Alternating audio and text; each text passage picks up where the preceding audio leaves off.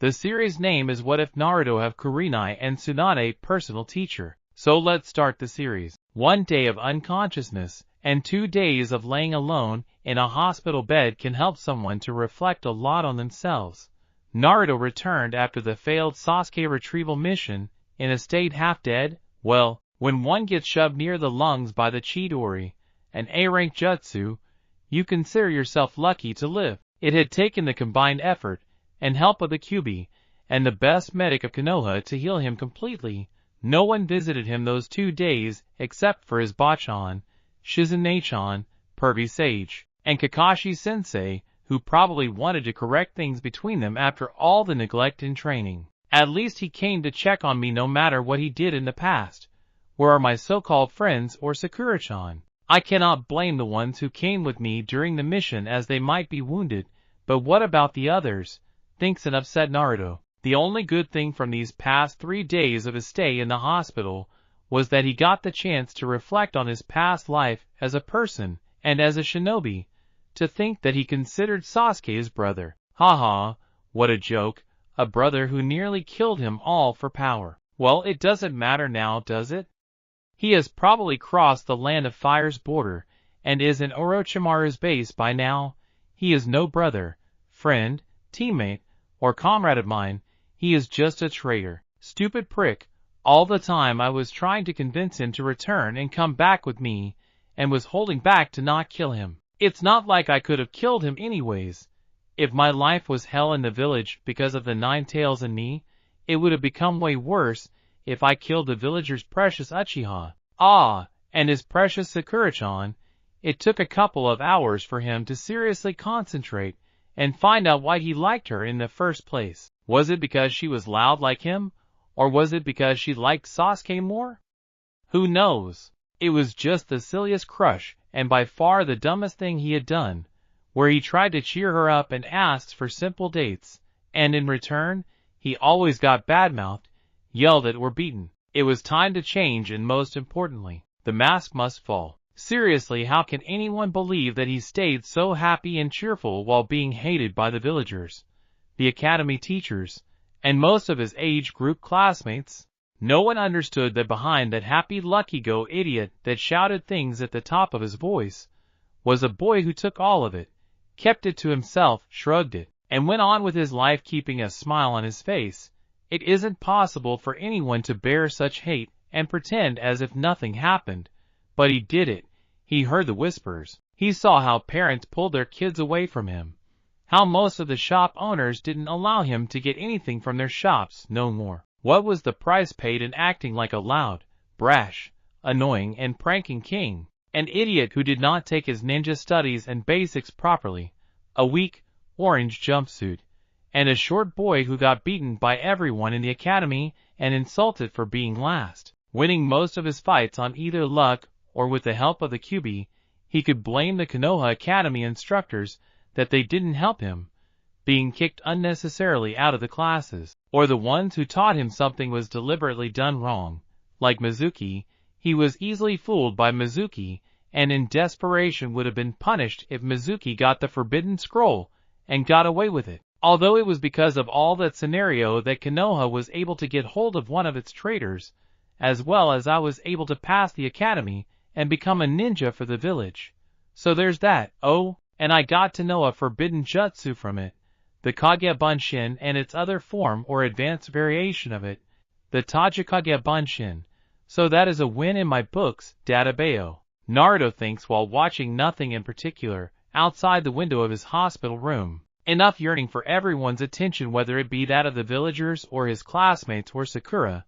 It's high time he works on himself, improving his skills as well as intelligence and many more things. Naruto-kun, you have healed completely, you can leave now. Lost in his thoughts, he barely hears Shizune, but gets the message, and puts on his orange jumpsuit to leave. This has also got to change. I mean, orange is a decent color, but still, although no shop owner allowed me to shop for clothes or give me clothes without overpricing them. The same with food and other necessities. Only the Ichiraka gave me food to eat, sometimes for free. Foolish little villagers. Wait, that's for Itachi to say. Anyways, while walking towards his rundown and poorly conditioned apartment to check for a few things, and then maybe thinking of what he wants to do ahead with his training, he decides to do something unexpected. Well, at least to the QB, he opens the door of his apartment and closes it once he enters.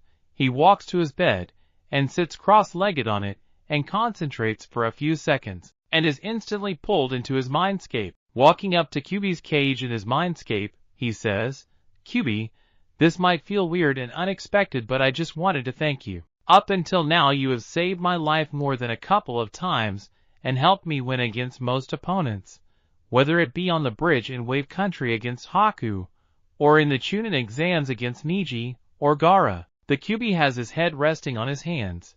A/N. Is it hands or paws?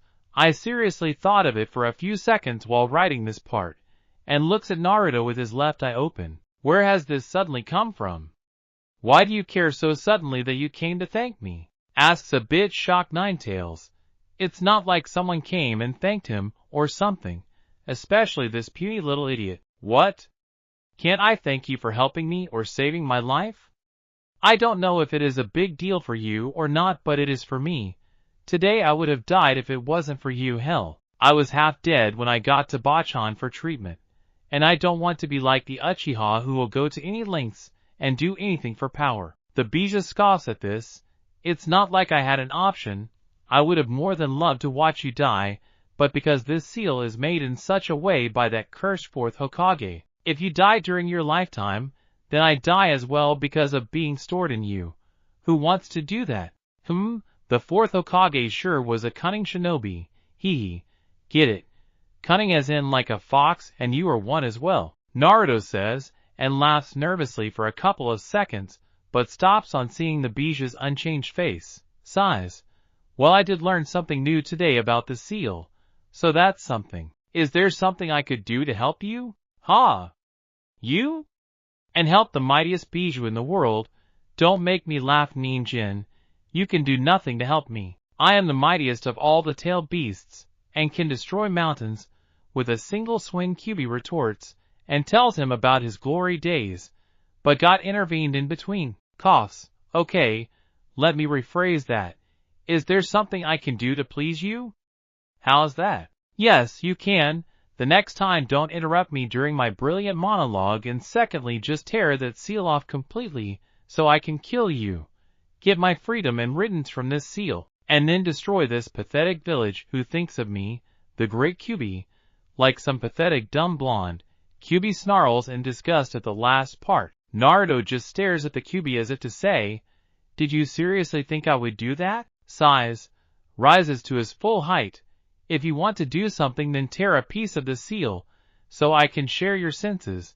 It's boring sitting in here with nothing to see other than a red cage and sewer. If you do this, then I will be able to see what you see, hear what you hear, and sense and feel the outside world." Finding no problem in that, and nodding his head at his statement, he goes and tears a small piece of the seal from the corner.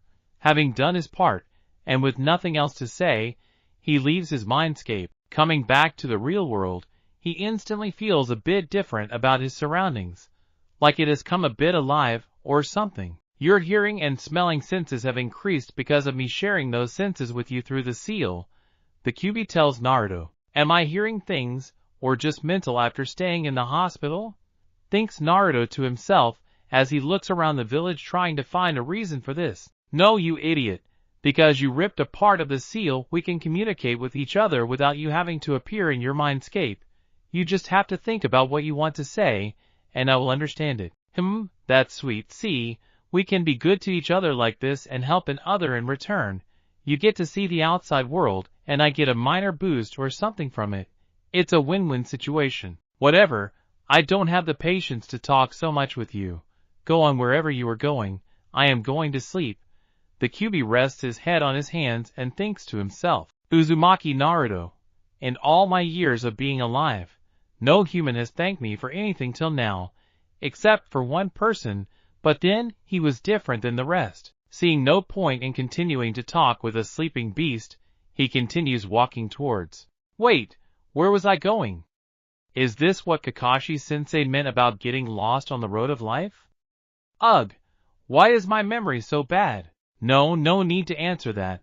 We know whose fault that is. Taking a random right, he sees Shikamaru coming from the opposite end. Hey Shikamaru, where are you going? Oh, it's you, Naruto.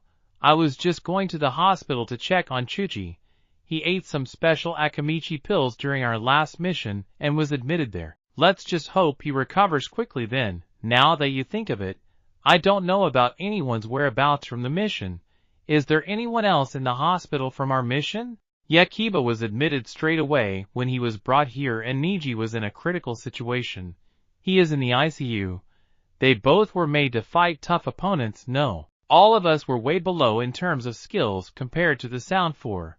And then there were their curse marks, which gave them major boosts. I was lucky that I only got my index finger injured as compared to the injuries to you and the others from the mission, states Shikamaru while looking at his bandaged finger. Even though I am not friends with any of them like Shikamaru and Chuji are, they are still my comrades and classmates, and now they are all in serious condition because of that power-hungry Uchiha. No, it's final. I won't waste my time chasing after him. That's for Sakura to do anyway. I will never improve if I do anything while my end goal is to return him to Konoha. Also, Chuji and Shikamaru were dealing with their own problems, so it makes sense as to why they didn't come to see me. Naruto ponders on the situation, but then sees Shikamaru's vest. It was a bit darker than the one his sensei wears, which means it is for Chunins. Oi Shikamaru, you got promoted to Chunin, huh? Congrats, dude. I never paid much attention during our mission, states Naruto, genuinely happy for him. Don't mention it. It's way too troublesome with the added responsibility that comes with it. Well, what is not troublesome for you? Troublesome. Naruto deadpans at his response. Who else got promoted besides you? And who did promotions anyway? Sandenji-chan sure did not do it, he asks him, curious about the answer he will give. No one except me, which seems kind of wrong. A couple of us could have been promoted, especially you in my opinion. The promotion was done by the council through voting between the Shinobi Council, Civilian Council, and the three elders, and I was called in the Hokage's tower and given this by the three elders. Oh, thank you for the compliment, Chika, and, well, anyways, I will talk to you later then, says Naruto, rubbing the back of his head in embarrassment. It wasn't his fault. He wasn't congratulated by almost all of his peers, and hurries somewhere with purpose. Of course, I didn't get promoted. It makes total sense. Why would the civilian and the 3 bags of old bones want the demon to get promoted? Their main problem would be that I am getting stronger and may kill them or attack the village. It's not a bad idea though, if only came to my mind a bit earlier, muses Naruto while rushing to the Hokage Tower. At the Hokage Tower, without even listening to the secretary who tells him to wait, he barges straight into the Hokage's office by pushing the door, only to see Tsunade and Jiraiya talking about something while Shizune is listening to them. Yo Bachan, I wanted to say something to you, Naruto exclaims rather loudly. Old habits do take time to go away. Damn it, brat. Can't you see I am busy here? When will you learn some manners and knock on the door to ask permission from me? Asks a rather irritated Tsunade. Come on. Do I have to ask for permission to see my Bachan now? What were the two of you talking about? He asks her to divert her attention from it. You are in no position to demand something from us, replies Tsunade rather angrily. What? You don't even want to talk to me now, Fine? Then I will leave you and go, Naruto says, crying in mock while going for the door to leave, thinking that it will work and someone will fall for his show. Tsunade-sama, he just asked a question to you. Don't be mean like that. Don't worry, Naruto-kun. She is like that when she hasn't had sake in a while, Shizune says while hugging him. Tsunade's eyebrows twitch at the scene in front of her, and turns sideways to see Jiraiya, who was trying to hide his smile, but failing miserably. Well, I don't see the reason to not tell him, Haim. It is about him anyways. I am planning to take you on a 3-year training trip, Naruto, to prepare you for the Akatsuki. They are a serious threat after all. Jiraiya informs and watches as Naruto's mood does a complete flip, and he jumps while raising his head in excitement. Yes, I accept to go on the training trip. So when will we go, Pervy Sage? asks a rather excited Naruto. Heh, that Naruto? He has got Kushina's nature and excitement in him, while Minato's drive to train more. He is a perfect mixture of his parents. Jiraiya thinks while a small smile appears on his face, but goes away quickly. I didn't expect you to say yes to this so eagerly, but we can leave by tomorrow morning, Jiraiya replies, looking at the happy blonde. Now that is clear, why are you here, Naruto? Inquires Tsunade. Oh yes, I wanted to ask you to promote me to a Chunin.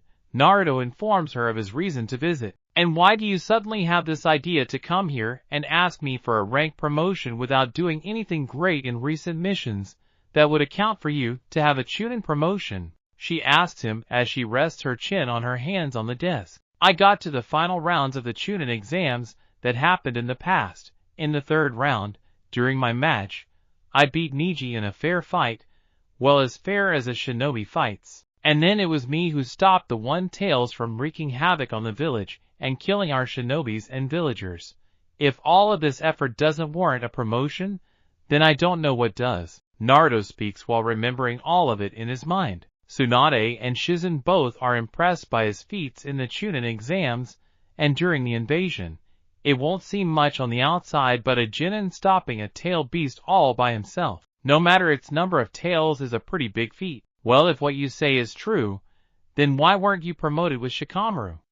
Someone would be a fool to not promote a Genin who did so much for the village, asks the Hokage. Anger is clearly shown on his face as he replies, it was the damn council who decided to see the promotions in the absence of Sandaime Gigi via voting. And it doesn't surprise me that I wasn't promoted to Chunin rank for my efforts in the invasion. Tsunade's eyes harden in anger and irritation on hearing the reason, but it doesn't surprise her of the stupidity behind it, and the thinking of everyone present in the civilian council, while Jiraiya shakes his head thinking along the same line. Wow, Gaki, who knew you had such a mind to remember all of that and ask for a promotion? I wouldn't have guessed in 1,000 years that you would, Jiraiya says in a playful tone, while smiling, which annoys Naruto. What does he think, that I am so stupid to even ask for something? I may not be able to concentrate or give brilliant solutions to questions, but that doesn't mean I don't have any thinking capacity. If him being my sensei thinks such, then surely the rest of the people who know me would think much worse. Damn me for painting such an image of myself. I have a lot of work to do. Fine, Naruto. I will look into the reports of the Chunin exam and invasion given by various shinobis. I trust you that you wouldn't lie to me, so come back here by the evening to collect your vest and promotion scroll. His face lit up on hearing her say, Yada. One more step closer to being the Hokage. I told Sandaime Ji-chan that I will be the Hokage, and I will make it happen, Dadabayo. Hearing him talk like that of the third makes all three in the room smile. Jiraiya picks a nearby glass of water to drink. A sudden thought hit Naruto's head as he thinks about being a Chunin, A/N. Don't question the sudden thought, you guys.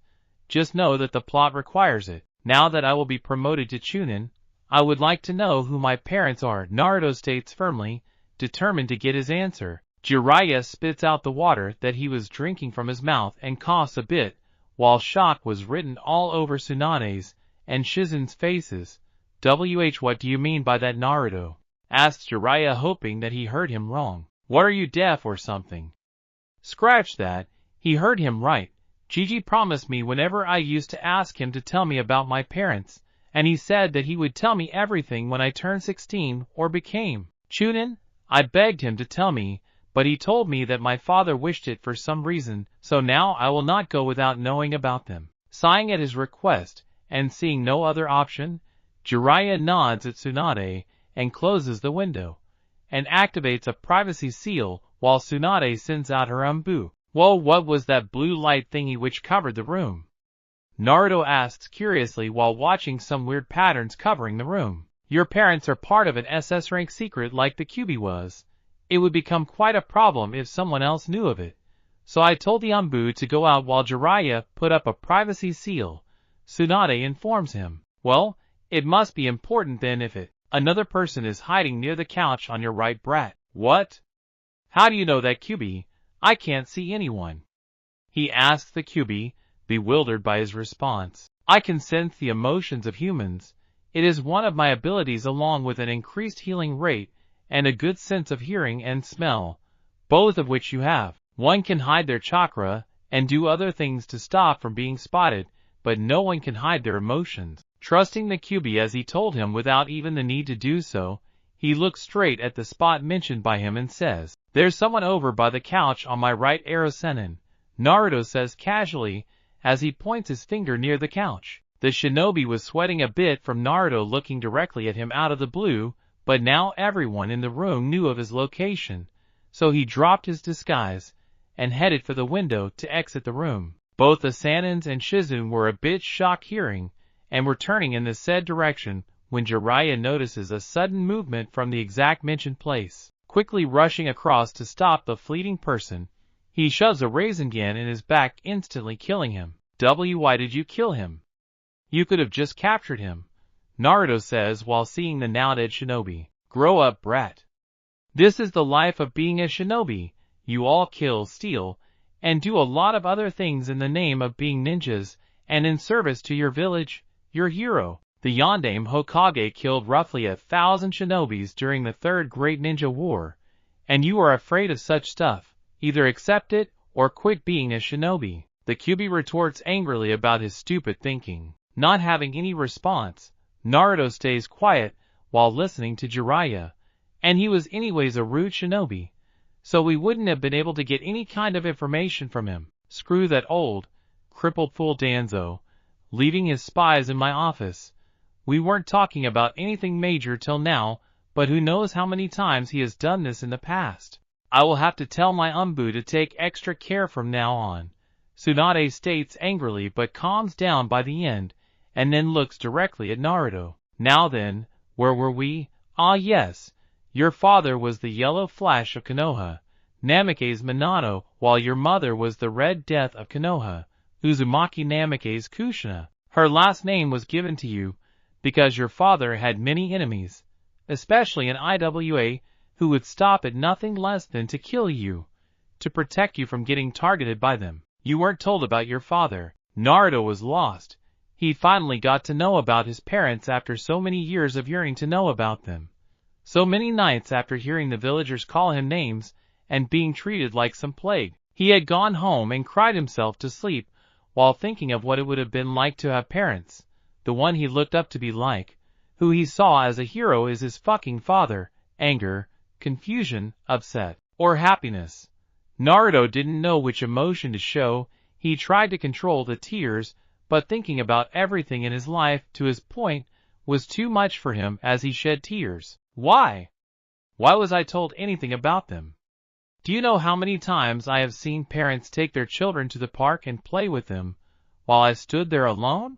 I deserve to know about them at least, especially the fact that I am the son of a hero, he says while wiping the tears from his jumpsuit sleeve. Both the women's heart breaks a bit on hearing him say about what he went through during his childhood, while Jiraiya also looks a bit apologetic, but then continues the discussion. Yeah, and what would you have done knowing you are the son of the fourth Hokage? You would have gone to the Hokage monument and yelled like a moron, telling everyone about your heritage and ending the main purpose of hiding it from everyone outside the village, comments Jiraiya. Again, because of my mask and my idiocy, I wasn't told anything about them. The loud, brash, and annoying Naruto has to go from being dead last to having no ninja skills except for the Rasengan and Kage Bunshin, and now not being able to know about my parents. My father is the famous Yondaime Hokage, who is feared in all the nations, while my mother would also have been pretty strong and awesome.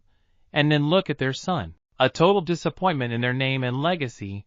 I have been my enemy from the start. No matter how much I blame everyone, it won't do me any good blaming others. I have a chance to redeem myself and improve in various fields during my training trip of 3 years with Erosenin. Heh! You are right about something for the first time, you idiot. You are the most stupid and pathetic excuse of a ninja that I have seen in my life. Okay, I don't need you to rub salt on the wound. I am pretty depressed thinking about such things, Naruto tells him, and stays silent for a couple of minutes while processing everything about the situation. Jiraiya senses his inner turmoil of emotions and helps him. Listen here, Gaki. Don't think too much about it right now. Just read the letters they have written for you, and most of your answers will be clear, Jiraiya says. Wait, you have something of theirs for me? Naruto asks and hears Tsunade scoffs at that. Not only the letters but the direction to the compound they got built after being married, along with the numerous jutsus and other stuff that may be in their house. Where are the letters? Or their house? Do you know the direction of their house? Naruto asks hurriedly, as he wants to see all of it as soon as possible. Calm down, Naruto. Just lift your father's photo frame and smear some blood behind his portrait, she tells him. Taking a deep breath to calm his nerves, he shakily moves toward his father's picture. This time, he doesn't even complain about being an idiot for not realizing the similarities between him and his father. While looking at his father's photo more closely, removes the frame and smears some blood on the wall. A complex seal appears over there, and then shrinks into nothingness, revealing a small section. Inside it was 2 envelopes, probably the letters, along with a small map of their house. Lifting it from the section, he places the portrait back and is about to open the letters until he hears Jiraiya. Read it later, Naruto. It's afternoon right now. Go on, and have something to eat, and be ready to leave tomorrow by 7 for the training trip. He had waited for this time for a long time, and seeing no harm in reading it later in his now new home, he decides to have Ichiraku's ramen for the last time in quite a while, as he will have to leave tomorrow morning. How will he take about Minato sealing the QB in him, Jiraiya? Asks a worried Tsunade. It will be fine. Minato has probably written everything of importance in it. Besides trust in our blonde brat, Jiraiya tells her and watches her nod. At Ichiraku's. Hey Tsuchiya-san, please give me 5 bowls of miso ramen. It's you, Naruto. Sit down, it will be here in a minute, he says while smiling at him. Hello, Naruto-kun. Where have you been the past few days? I am, asks him coming out of the kitchen. Hi, I am Nachan. I was just busy doing some missions, and was in the hospital the last 3 days after returning from a failed mission. Just got free this morning. Oh God, are you alright? What happened? Are you seriously hurt? Questions I am, a bit of fear on her face. Accepting his ramen, he just shrugs her question. Nothing, Nachan. It's fine. These things happen in this field of a shinobi. Can I get 1 bowl of chicken ramen, please? Kakashi asks her as he lifts the flap of the shop with his right hand to enter, his left hand occupied with his favorite book. Ayam leaves both of them to prepare the order. Yo, Kakashi-sensei. How are you? I am seeing you after a while, he asks while eating his ramen in between. I am fine.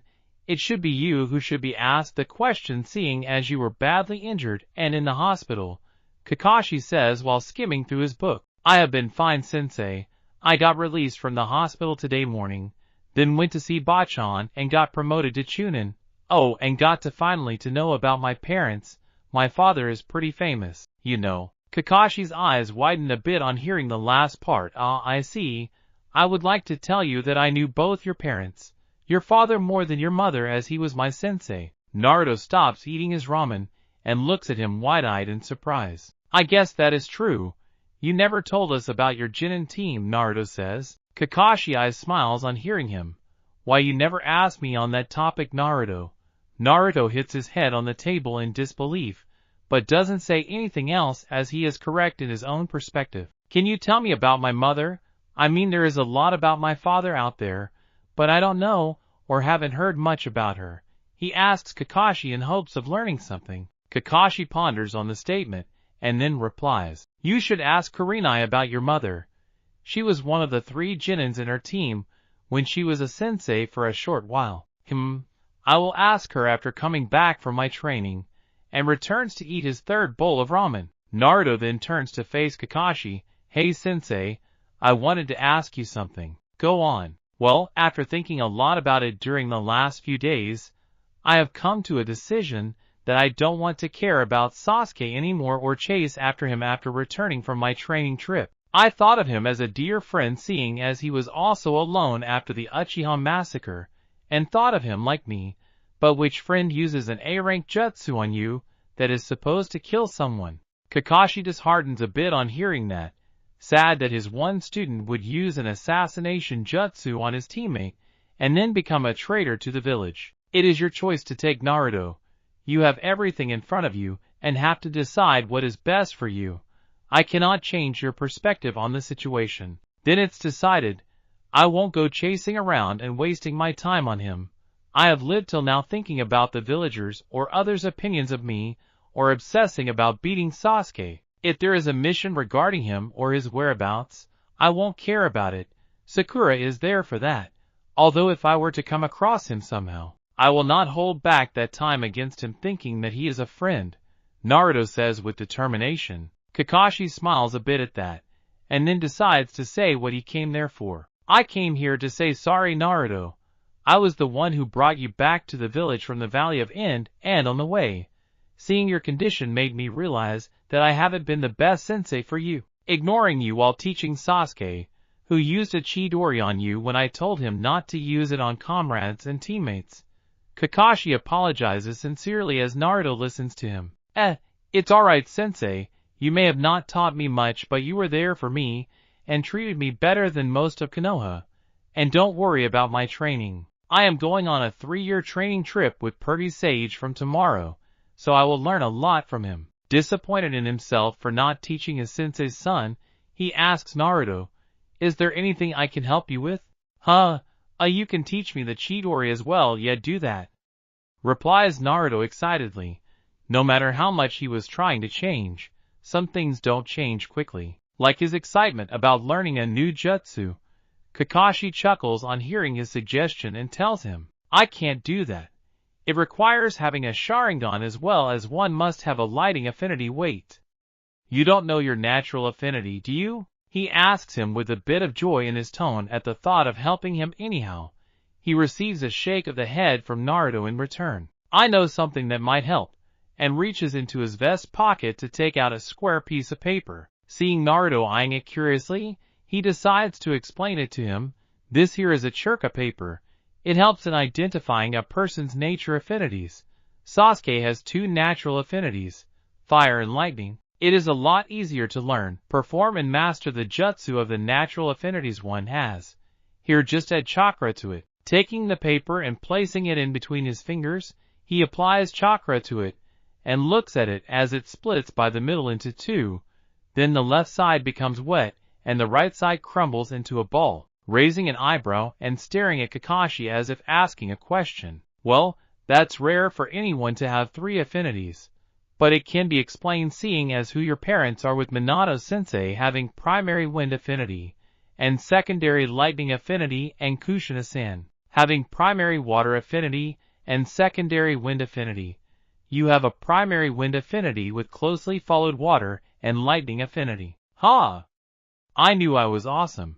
Take that, Sasuke team, exclaims Naruto happily while Kakashi just chuckles and ruffles his hair a bit. Kakashi-sensei, can you tell me before going on the training trip what all things I need to work upon? You have watched me train and stuff for 6 or some months, so you would probably know my weakness and as such areas to work on. I am going to be completely honest with you, so don't be disappointed, okay? Asks Kakashi to see Naruto nod at him. Your weakness? It's in every area, he tells him and watches as Naruto hangs his head in shame. Look, it's better if you know where you lack, Naruto, so that you can improve. Okay, your taijutsu has no style at all, and Jinjutsu is non-existent in your case. You should focus on improving your chakra control as well.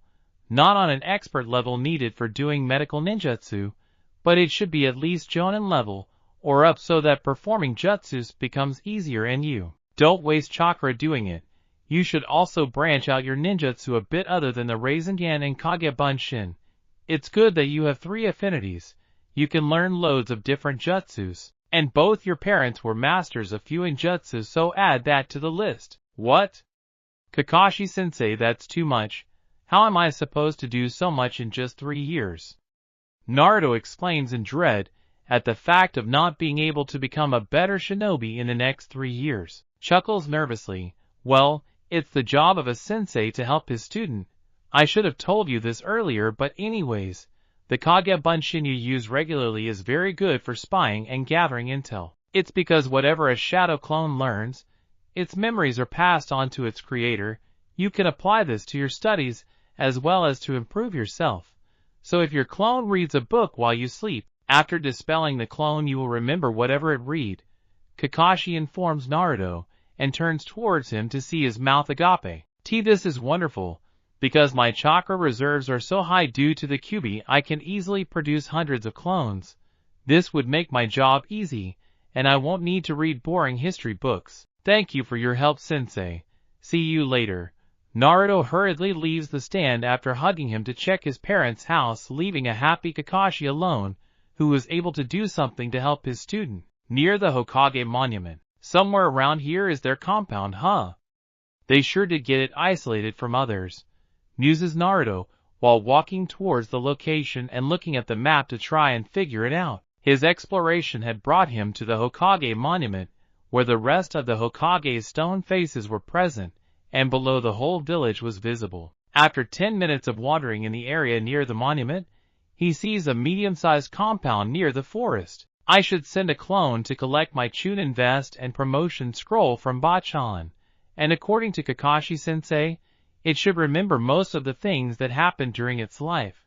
Wait, do they have a life? Naruto thinks about the stupid theory of whether they have a life or what, nearly forgetting the task at hand. Making a cross sign with his index and middle finger on both hands, he calls out, Kage Bunshin no Jutsu. Go to Bachan's office and get the things provided with a promotion, Naruto says to the clone. Seeing the clone going away, he walks to the gates of the compound and stupidly tries to open it by pushing it. Why would they not lock the doors of their compound? I can see how stupid I may be in various situations now that I am a bit calm and not shouting random shit every few minutes. Pondering about a way to open the gates, he remembers what he had to do to get his parents' letters. He presses some of his blood on them, watching a seal appear and then go away after a few seconds. He opens the gate to see a 2-storied big house along with a garden, pond, and trees in the compound. Walking up to the house door, he smears blood on it again. Looks like they took the protection of this house seriously. I wonder what happens when someone else tries to enter it. If I just tell the Uchiha prick that Itachi is inside, he will stupidly try to enter, and he'll come running in. Foolish little Uchiha, goddamn it. It's Itachi's line, although I quite like it. Entering the house, he sees some couches near a fireplace along with a table in between the couches. In the back are some portraits of his parents hanging on the wall, from their Genin days to their marriage and many more. And just in front of the wall of the photo frames is a dining table. He makes another shadow clone and tells him to go to his old apartment and bring all the important stuff. To the left is a big kitchen with a washroom some distance away from it. Watching his clone keep the brought items from the Hokage's office on his promotion on the table, he dispels the clone and is filled with a brief but important conversation the clone had with Tsunade. Going to the second floor by the stairs that are further back in between the kitchen wall and washroom, he looks around to come across 5 rooms on the floor, with each room having its washroom. Walking to the room on the far end, he opens the door to see a queen-sized, probably his parents' bedroom. There is a small side table near the bed that has a picture. Picking it up, he sees a picture of his father smiling and placing a hand on top of his mother's hand, and his eyes block his view as tears form in them while he looks at his mother's face this closely for the first time. Ka-chan, she is so beautiful, red hair with violet eyes. My face matches hers even though I have my 2 cents eyes and hair. She is also smiling in the picture and both of them are pretty happy. Following her hand, he sees it placed on top of her belly which is quite round. His hands that are holding the frame tremble a bit as he realizes the significance behind the picture. They look so happy. They loved me even before I was born. And here all my life I thought my parents left me. Naruto cries a bit seeing them, and hugs the picture close to his heart. What he wouldn't have given to meet them, and hold their hand once. Placing the picture down on the table, he moves to the closet on the left to see a white cloak with red flames on the bottom of it. Lifting it, he sees the words 4th Hokage printed in red on it. Placing it back in the drawer and closing the closet, he sits down on their bed. I will check the basement later. It's probably filled with books and scrolls on different ninja skills. Now to read my parents' letter. Taking a deep breath to prepare himself for what is to come, Naruto decides to first read his father's letter, as he takes the envelope and takes the paper inside it. Hello, Naruto. If you are reading this, then know that I asked Sandaime to give this to you when you either became a Chunin or when you reached 16. If it is the latter, then please forgive me, if you can, for not being there in your life for so many years, 16 years, without having the love of a father or a mother. I am sorry for doing this, but try and understand my predicament as well. I had no option at that time when the Kyuubi was ripped from your mother and sent to attack the village. I had to quickly think of a solution, or the Kyuubi would have wreaked havoc on Konoha and lay waste to it and its citizen. Well, technically it still did, but it would have been far worse. Now listen closely. Not many people know the exact reason why the Kyuubi attacked the village.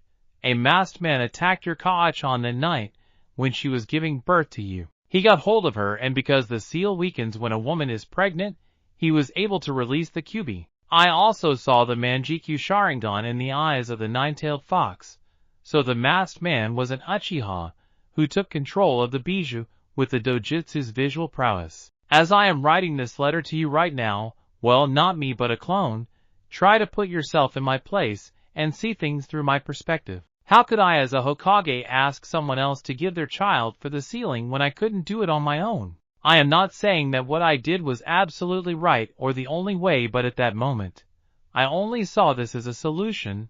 I believe that the villagers will see you as a hero for holding the Kyuubi back, as you will keep the bees sealed from the rest of the village. But if that is not the case, then please forgive me, although, know that you are just the jailer of the Kyuubi, and not the Kyuubi itself, Naruto. Also, that masked man, who calls himself Madara Uchiha, will try to control the Kyuubi again, so I believe if anyone could control the Nine-Tails' power and stop the masked man, it's you, Naruto. After all, what father wouldn't believe in his child? I know I have placed a very heavy burden on you, which may result in you being hated as well, although I hope not. I trust you to do the right thing for yourself and the ones you consider friends. You should check the basement of now your house, where you will find the notes for my esteemed jutsus, the Rasengan, and the Hiraishin Jutsu, although I hope your godfather, Jiraiya, has taught you the Rasengan. It is an incomplete jutsu though, and maybe you will be able to complete it. No matter what happens, and what you do, Naruto, know that I love you very much. It would be my wish to see my son as the protector of Konoha and its villagers after me. Maybe you can even become a Hokage like me or better than me. It is upon you to decide what you do in your life, Naruto. Please try and forgive me. Your Tsunade, the fourth Hokage, Namake's Minato. Naruto couldn't comprehend which emotion to show: be angry at his father for foolishly believing that the villagers will treat him, be confused about who the masked man is, or be happy that his father loves and trusts him. I forgive you, Tsunade. You love me and trust me to beat this masked man. I will not let you down. Although who is behind this mask is still a mystery. He claims to be Madara Uchiha. From what little I remember during my stay in the academy, the only one capable of going up against the first Hokage was Madara Uchiha. But how can he be still alive? He was not Madara Uchiha. I would remember him clearly. How can you say that? I was captured by that disgraceful Uchiha when he fought Hashirama at the Valley of the End. I remember his scent very well. The masked man was no Madara Uchiha, just an Uchiha who wants to be like him, or use his name to strike fear and make their enemies question themselves. As much as I hate Madara, there is no denying that he was one of the strongest ninja of his time, and only Hashirama Senju came on his level. So he uses his name to spread fear or something? One thing is clear though. Hey, I always wanted to know something. Why did you try to destroy Konoha when you were released by him? Personally, to me, it doesn't look like something you would do for fun. This Uchiha caught me in a Jinjutsu strong enough to control me and ordered me to destroy Konoha. He had the Mangekyo Sharingan like Madara. Wait, what's the Mangekyo Sharingan? Tsunade also mentioned it here in his letter. I only know the one which has 3 tomos in it. It's the next stage of the Sharingan. When someone close to an Uchiha dies, Under immense pain and grief it takes the next form. Although repeated use of this form can cause permanent blindness, there is just more and more to uncover. Anyways, on to my Kaachan's letter. Opening the second envelope, he unfolds the paper to read. Dear Naruto, I am so sorry for leaving you alone to live. I would have loved to be with you at your first steps, to teach you everything I know, to be present on your first day at the academy, and so much more. Growing up alone would have been a lot difficult for you, but I know that you will get through it if your personality is just like mine. You have your Tsunade's eyes and hair, but my facial features, oh, I could tell that you are such a beautiful boy as soon as I held you for the first time. I was the second Jinchuriki of the Kyuubi, and the first one was Uzumaki Mito. I know how hard the life of a Jinchuriki can be, especially for you after holding the Nine Tails when it recently attacked the village. Minato believes that the villagers will see you as a hero for housing the Nine Tails, but he has high hopes from the village, who has suffered much from the beast. I know your life will be very difficult. They will direct all the hate and anger that they have on the Kyuubi toward you. I know how sad you must have been a lot of the time, and how much you have suffered. I am sorry, Naruto, for not being there for you, and then your suffering would have increased at the hands of the villagers. I really am. It is true that we are the vessels for the Kyuubi, but there is a way to live happily. Even as a Jinchuriki, first, we must fill those vessels with love. Then, we'd be able to live our lives happily. Even as a Jinchuriki, for me, those spaces were filled by your father, and some of my friends, one of them being Uchiha Mikoto. Find love in your life, Naruto, whether it be that of friendship or with your teachers. You do not need to have many friends. Some of them will be fine. If you ever find our house, go to the basement where a library is present along with a training ground. Uzumaki clan of the Uzushio village was famous for its skill in sealing knowledge. Unfortunately, it was destroyed during the Second Ninja War. Whatever was left in its ruins, I brought it here later and stored it in the library. You may be the last of the Uzumaki left in the world, Naruto. Please, if you can, try and carry on our legacy. I used a sword which helped me give my name the Red Death because of my hair color.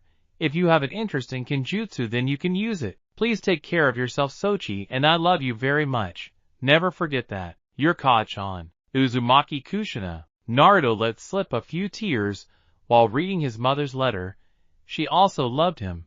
His parents did not abandon him, as he thought all the time during his childhood. He would always have traumatizing dreams of his parents abandoning him, since he was hated by nearly everyone in the village. Thank you, Kaachan. I love you as well. I will carry on your and Tsunade's legacy, and do my best to make you proud. Determined to do his best, he goes down to see the sun is about to set. Reaching the basement, he sees a door probably protected by seals, smearing a bit of his blood on it. He opens it to see a medium-sized library, next to which is a training ground with posts for kunai and shuriken practice. Roaming the library from one end to another, he sees sections upon sections with different names on them. There are many scrolls of different elemental jutsus, along with books on basic Fuinjutsu theory and advanced Fuinjutsu. There are a few Jinjutsu and medical ninjutsu scrolls near it. Varying ninjutsu of all the ranks from E to S is kept in there. At the end of the room was a table with 2 scrolls kept on it, with a 3-pronged kunai behind the second scroll, and a sword laid on the table. Checking the first scroll, he sees it's for Rasengan. Opening it to read the contents in it, he sees, so Tsunade created the jutsu seeing a Bijadama. Hey, he sure lives up to his name of being a prodigy. What else? It says here that it is incomplete. An element can be added to it like the wind to make it a completely new jutsu. Cool. So that is what he meant? I will try my best to do it. Going up to the second scroll, he sees it's for the Hirashin Jutsu along with a 3-pronged kunai near it. Oh god, it's the jutsu with which Tsunade killed 1,000 IWA shinobi in a matter of seconds.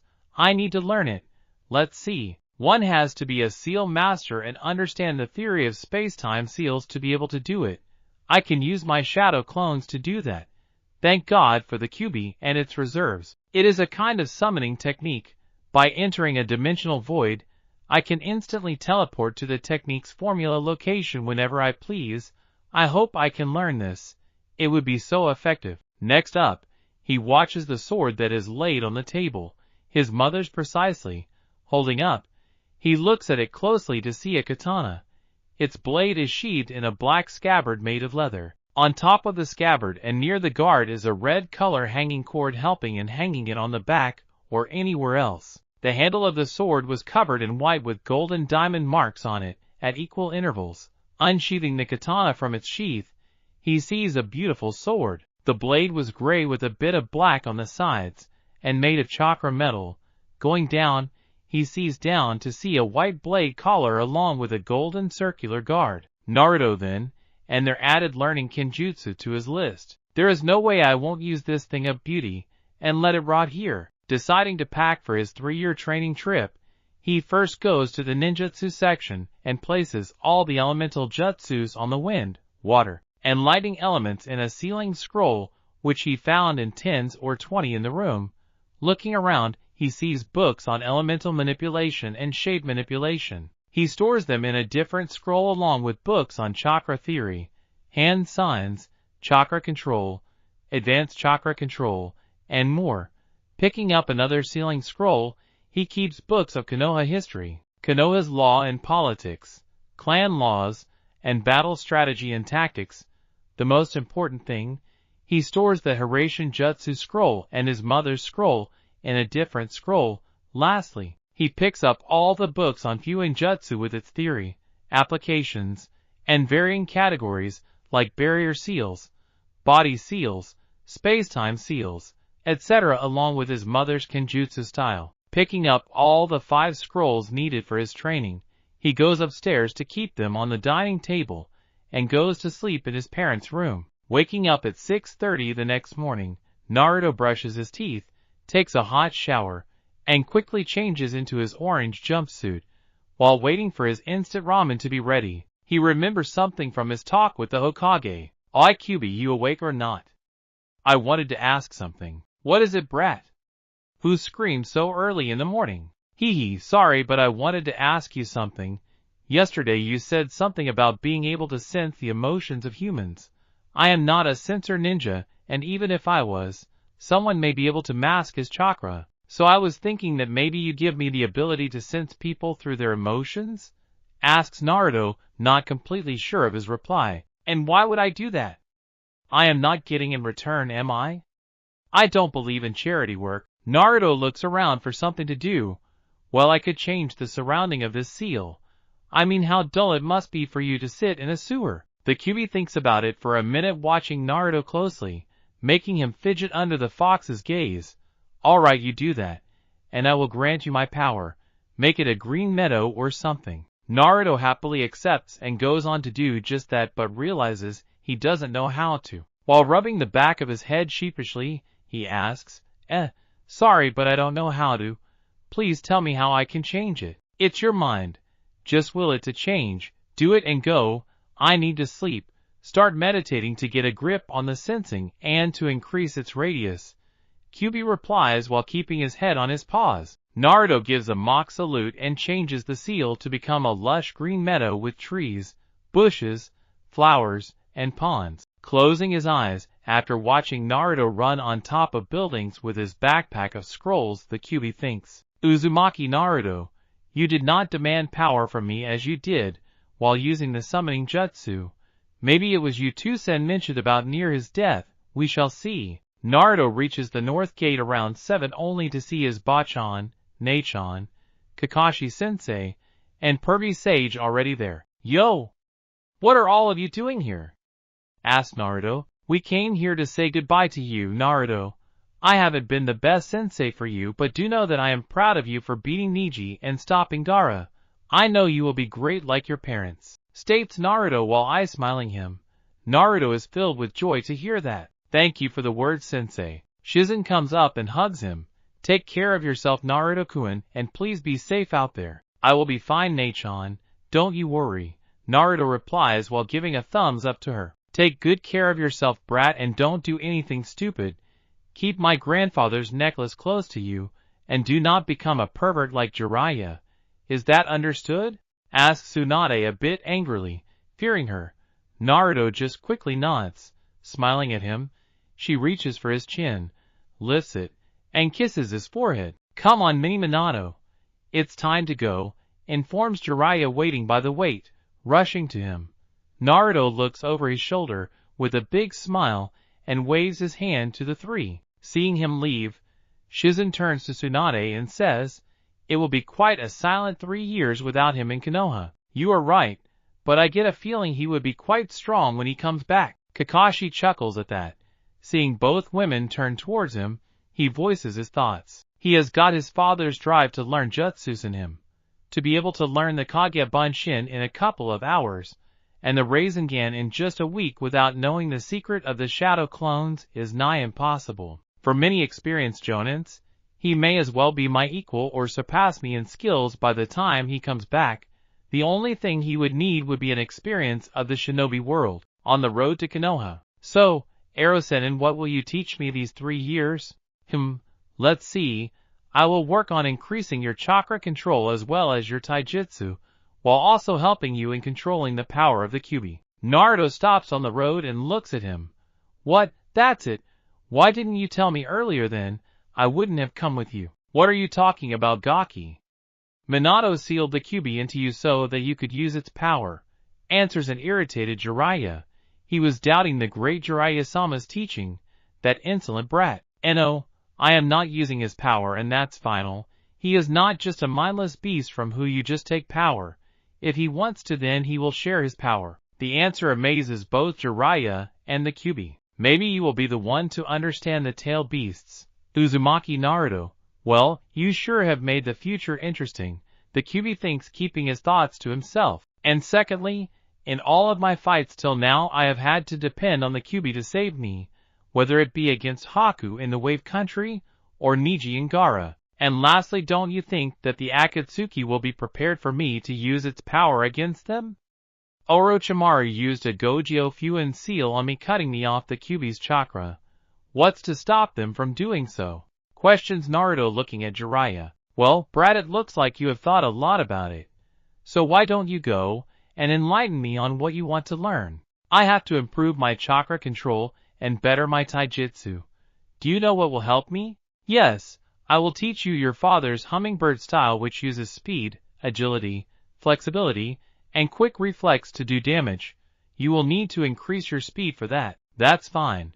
So I will train in taijutsu and perfect my kunai accuracy, while my clone read books on chakra control and start with basic fuinjutsu. Some of them will also read the other books on history, laws, battle tactics, and such. To increase your intelligence, I will play with you shogi and chess after training. I will also keep checking your progress with fuinjutsu.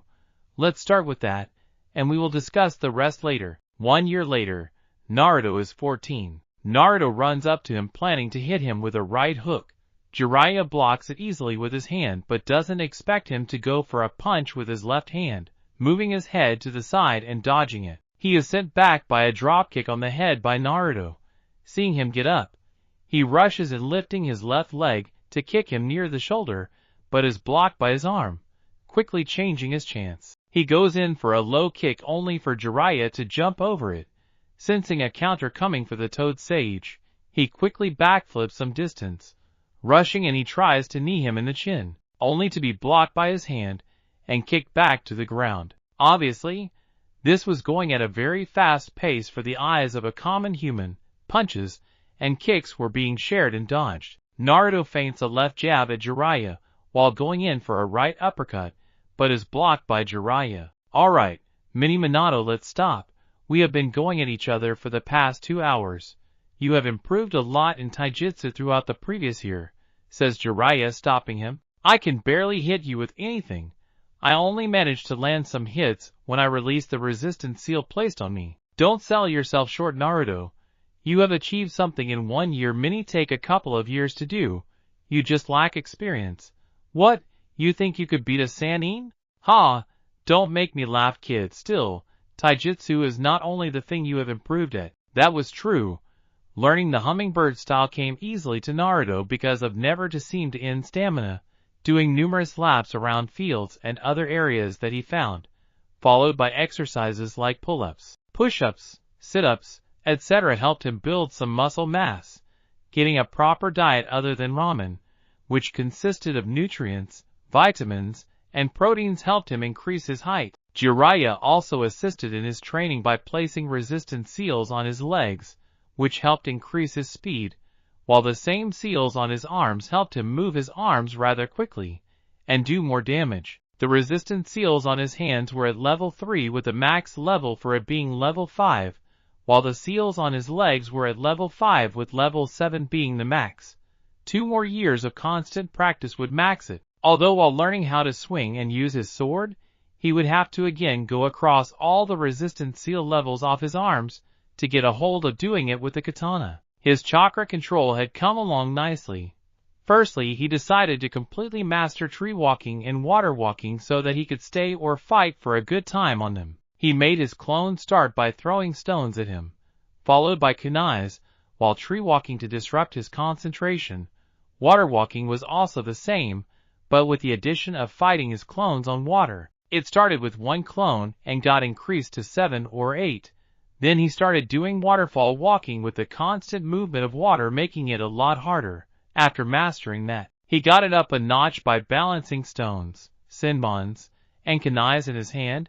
It started by balancing 1 and then balancing 5 of them, 1 on each fingertip with ending on 10 on the fingertips of both hands. He had completed the academy syllabus that he had neglected all the time, with the clones reading books on different subjects while he practiced his kunai accuracy. He needed it perfected to use his father's 3-pronged kunai effectively, so he practiced it on stationary targets and moving clones. He would sometimes blindfold himself and try to hear the clones and hit them with the kunais, so that he wasn't dependent on only one of his senses. He had to make sure that he had other options open if he could not see anything.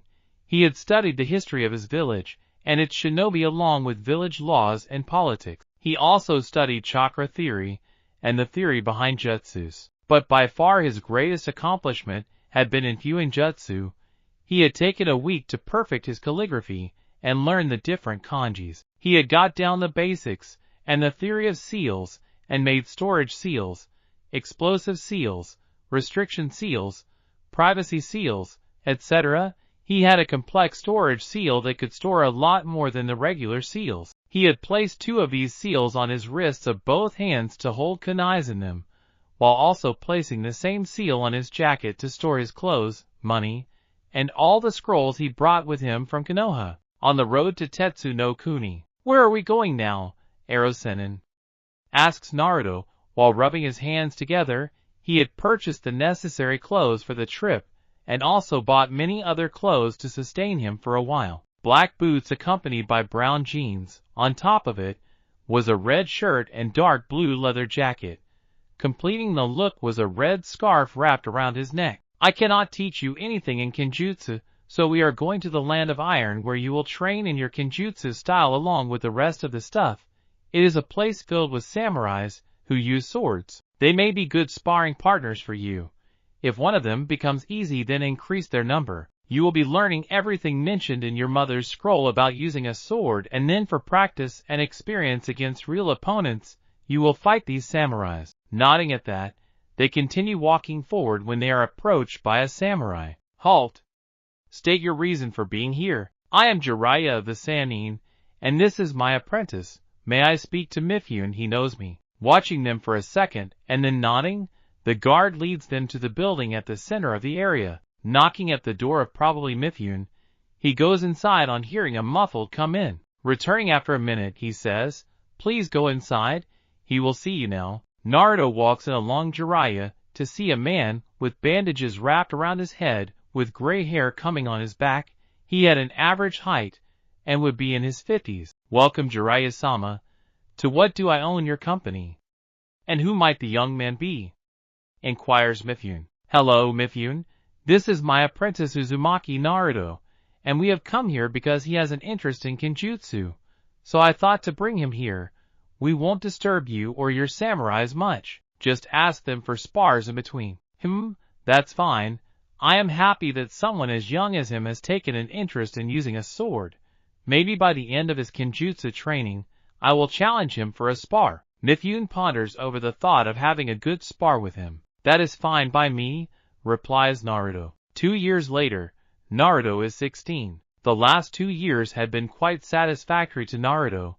He had become a master in using his katana. If the remark from Mifune meant anything, he had practiced the basic stances, and then the different katas of his mother's style from the scroll. It had taken him 2 weeks to get down all the forms correctly with a wooden sword, and then another couple of weeks to adjust to using the katana. Then he had gone into a fight with his clones, slowly increasing their number from 5 to 12 at a time, and using what he learned against them. After that, he made a clone to blindfold him, and then fought against them relying on his senses, while the clones used wooden swords to attack him. It made swinging the sword a lot easier after that. Then sparring against the samurais for a couple of weeks helped him polish his skills. At the time of leaving, he was asked by Mifune to have a spar with him. The spar had gone for nearly an hour with none of them giving up. Dodging, parrying, and blocking swords was all that was seen, and the clang of metals was heard. Naruto had lots of tear marks on his clothes, with a couple of scratches on his face. Mifune had complimented him on his accomplishment, but wasn't prepared when Naruto released the resistance seal placed on his legs, and the same seal on his arms. With increased speed and increased movement of his hands, and thus swinging his katana with increased momentum, he was able to lay out many cuts on Mifune's skin and arms. With more experience, he could go on to become the best swordsman. Next came ninjutsu, for which he had a knack to pick things quickly. Something about dumb blondes and skill in ninjutsu. According to Jiraiya, he had learned all the hand signs, and the theory behind chakra molding, jutsu making, etc., with an already above Jonin level chakra control that he achieved last year, and kept practicing in between. Performing and mastering jutsus became easy for him. But first, he had learned all about nature/elemental manipulation from the books, and go through the different stages required in mastering an element, like splitting a leaf with wind chakra, stopping the flow of a river, or making a light bulb glow only using chakra. Each element had 3 stages to it, which would take regular shinobi years to do, while he had done it for all the 3 elements in 8 months. After that, performing the different elemental jutsus became easy for him.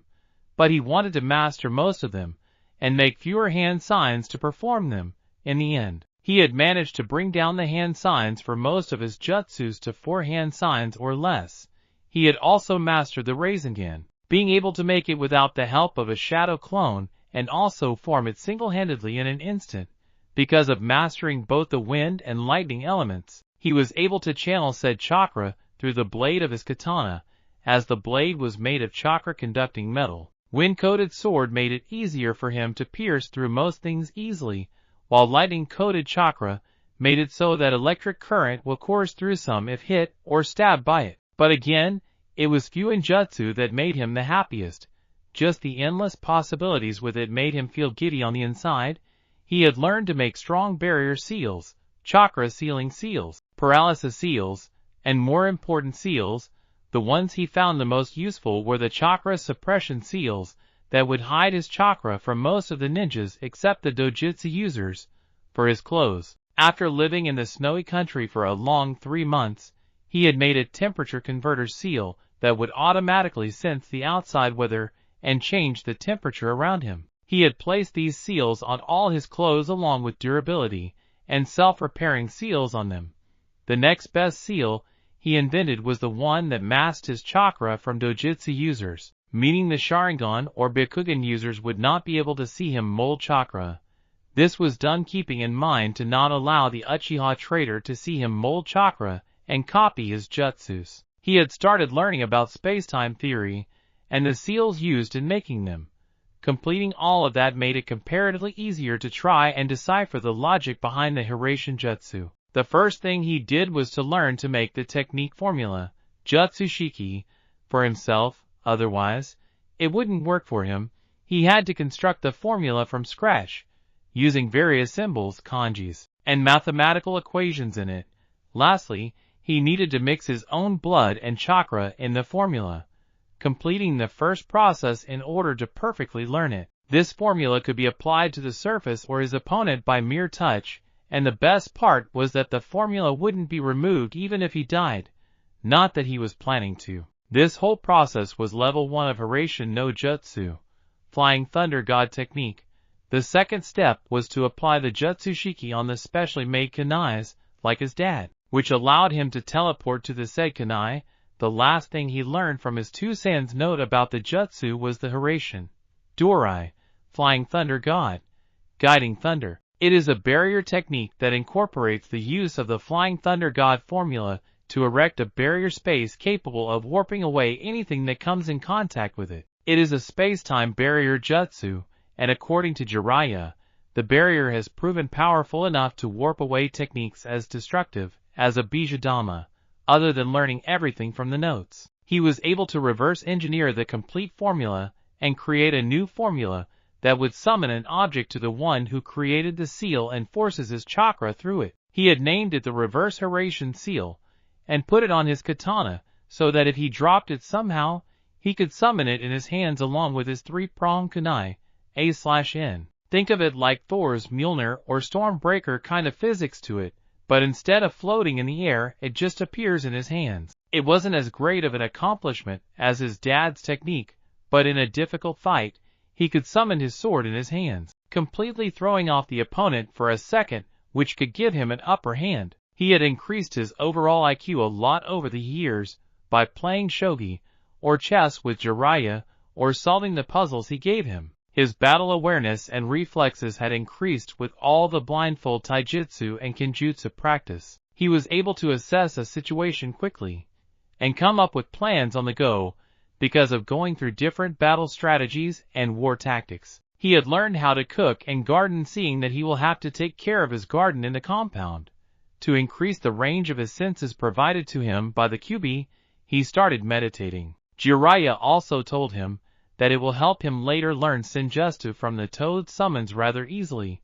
Meditation had helped him get a grip on his emotion sensing, making it second nature while also helping him stay calm.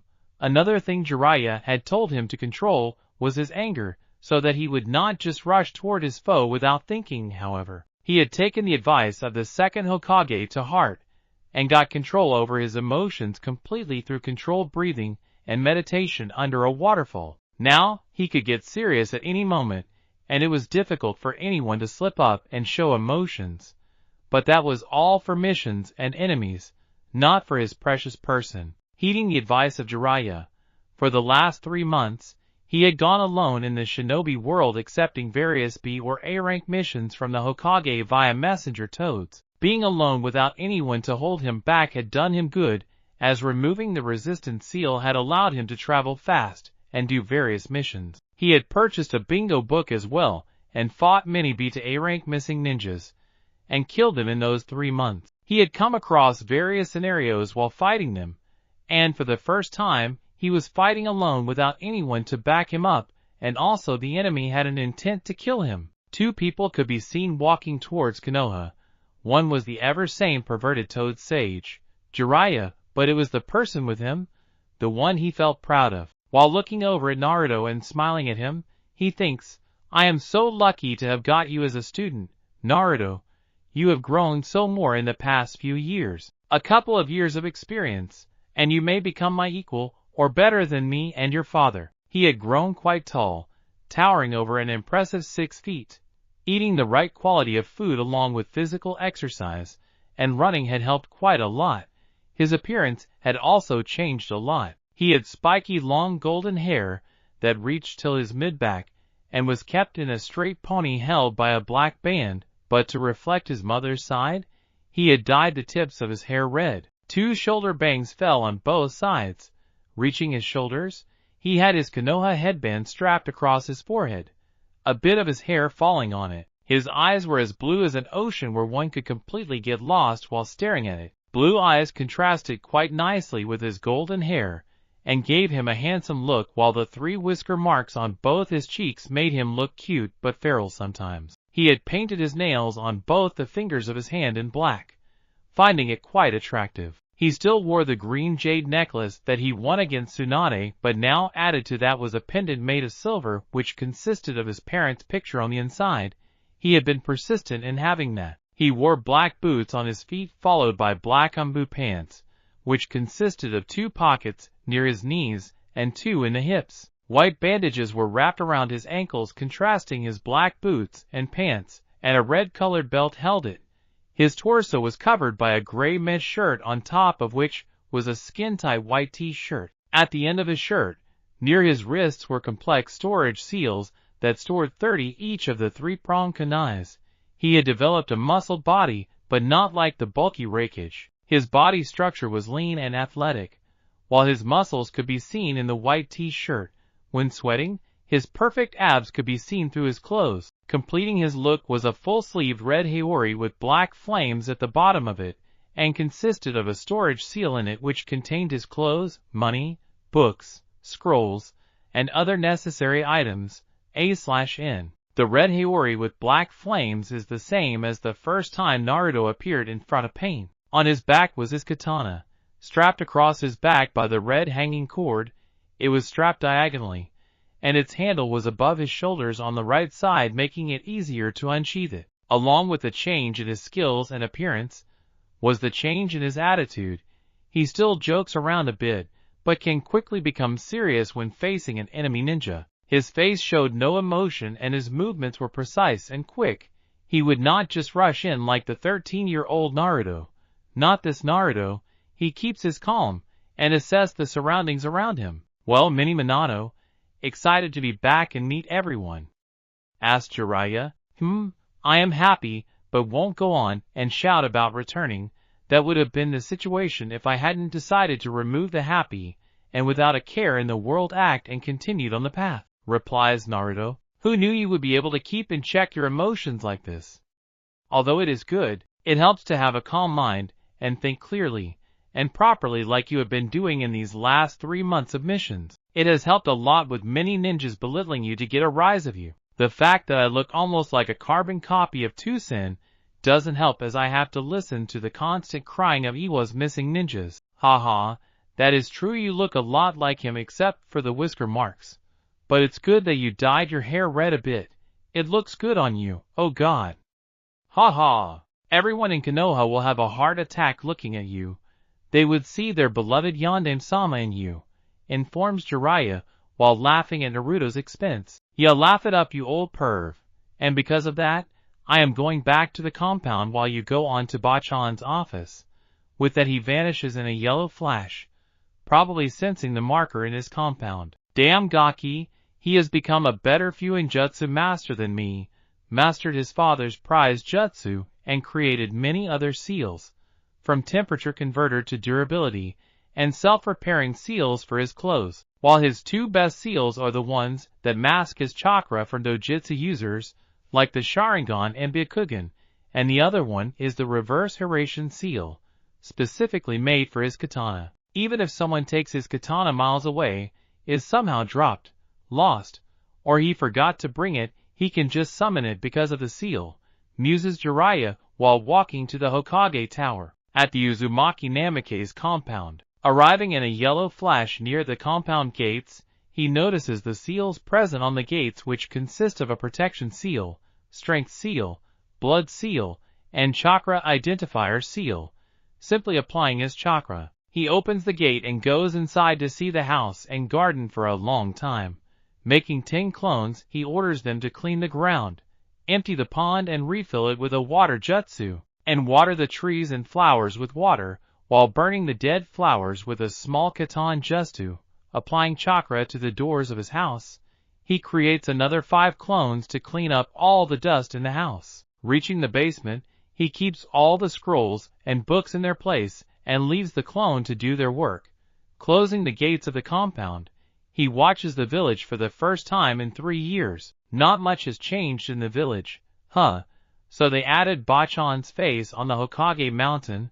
Well, that's something new, muses Naruto, and starts running towards the Hokage Tower. At the Hokage Tower, entering the building and walking past several shinobis, he knocks on the Hokage's door. Hearing a soft come-in, he opens the door to see Tsunade sitting behind her desk with Shizen standing near her, while Jiraiya is leaning near the window. Sakura is also present holding papers, possibly for the Hokage to sign. Sakura turns around to see Naruto, and she wouldn't have identified him if not for his 3 whisker marks. He looks so hot. When did he become so handsome, thinks Sakura while looking him up and down. Golden blonde hair with red tips, tied in a straight pony, and going with his blue eyes, muscular and lean build with proper clothes. Compared to the 13-year-old orange jumpsuit kid, he had become a god amongst men. I wouldn't mind going on a date with me now. He will ask me for a date anyways like he used to do, thinks Sakura, clearly in the wrong about it. Yo Bachan, how have you doing? Asks Naruto while smiling at them. We have been fine, Naruto, but you look like you have had the best training trip. You will have a hard time now because of your newly formed fan club, jokes Tsunade a bit while not denying that he looks good. So you accept the fact that I look handsome, huh? Ha, I knew you loved me, replies Naruto while smirking a bit seeing her face. Shut up, brat. Just take the goddamn compliment and move on. Okay, so do I need to report something or what? Yes, all the missions you did, and the missing ninjas you killed. Bring a detailed report by tomorrow. And because of your actions, and word getting out from Odo that you defeated the one-tailed Shikaku, you have an entry, and throws the recently updated bingo book at him, opening a random page and coincidentally opening his entry, A/N.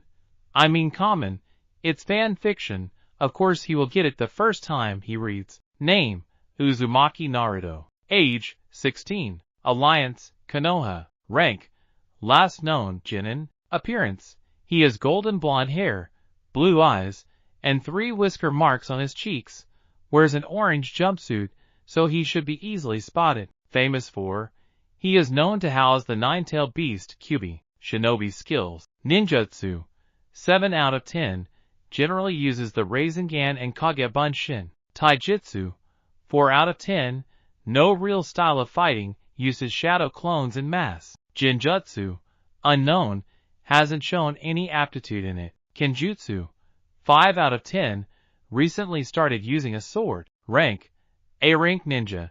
He took down the one-tailed Shikaku at age 13, and has been killing many B to A-rank missing ninjas in the past 3 months. Threat, he is the Jinchuriki of the strongest Bijou, so approach with caution otherwise can be easily taken by experienced jonins. Bounty, 1 million Ryo, Otogekure, alive or dead. Well, it's completely useless anyways. They have based my ninjutsu and taijutsu skills according to the Chunin exams and invasion, so that sucks for them. My kenjutsu skills are based on the views of a couple of Oto ninjas that ran away. When I attacked them recently, they haven't seen anything from my 3-year training trip, says Naruto while casually pocketing the book. The only reason you have got a bingo book entry is that you are a Jinchuriki and defeated the One-Tails, informs Jiraiya to the others in the room. Sakura, not understanding a thing about the term and angry about being ignored by Naruto, asks him, "What do you mean by that, Naruto?" Looking at her, he gives a vague reply, "Nothing. It's just something you should not worry about." Upset that he isn't telling her something, she says, "Why shouldn't I worry, Naruto? It is about you, isn't it? Leave it.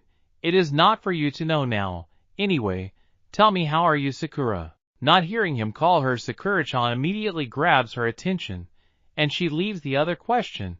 "Oh, I have been good. Seeing as you were being trained by Jiraiya-sama and Sasuke-kun was being trained by Orochimaru, I asked Tsunade-sama to teach me, and now all our team is trained by the Sanins." "That's good," replies Naruto dryly, not caring about her. He turns to Tsunade and is about to speak when he hears Sakura. "What? That's it, you have nothing else to say other than that," exclaims Sakura with a bit of anger. "Yeah, what else am I supposed to say? It's good for you that she decided to train you anyways," states Naruto coldly while looking at her. Not wanting to hear her bickering again, he asks Tsunade, "So, Bachan, will Kakashi-sensei come in? Or is he just going to stand outside?" Seeing no sense in waiting outside, Kakashi hops in through the window, and for a second widens his eyes. "Minato-sensei," but hides it quickly. "You were able to sense me, huh, Naruto? That is good. You look great with all the changes," says Kakashi while seeing him smile at him. "That is good and all, but that is not what you are here for, Kakashi. Naruto reached the training ground 7 in half an hour. Kakashi will test you there while I will be present. Sakura, if you want to, go and call the rest of the Konoha 11 and their senseis over there, says Tsunade. Wait, what is this Konoha 11 thing? Am I missing something here? Asks Naruto while Kakashi decides to answer it for him. After seeing Team 7, Team 8, Team 10, and Team Dai's brilliant performance in the Chunin exams, as well as hearing about their help in the invasion, you all have been termed collectively as the Konoha 11 except for Sasuke because, nodding his head at that, he waves to them and leaves. Having nothing in his mind to do for half an hour, he just decides to walk home. I could have gone to meet Konohamaru and his friends, but I can't use the emotion sensing to differentiate between people.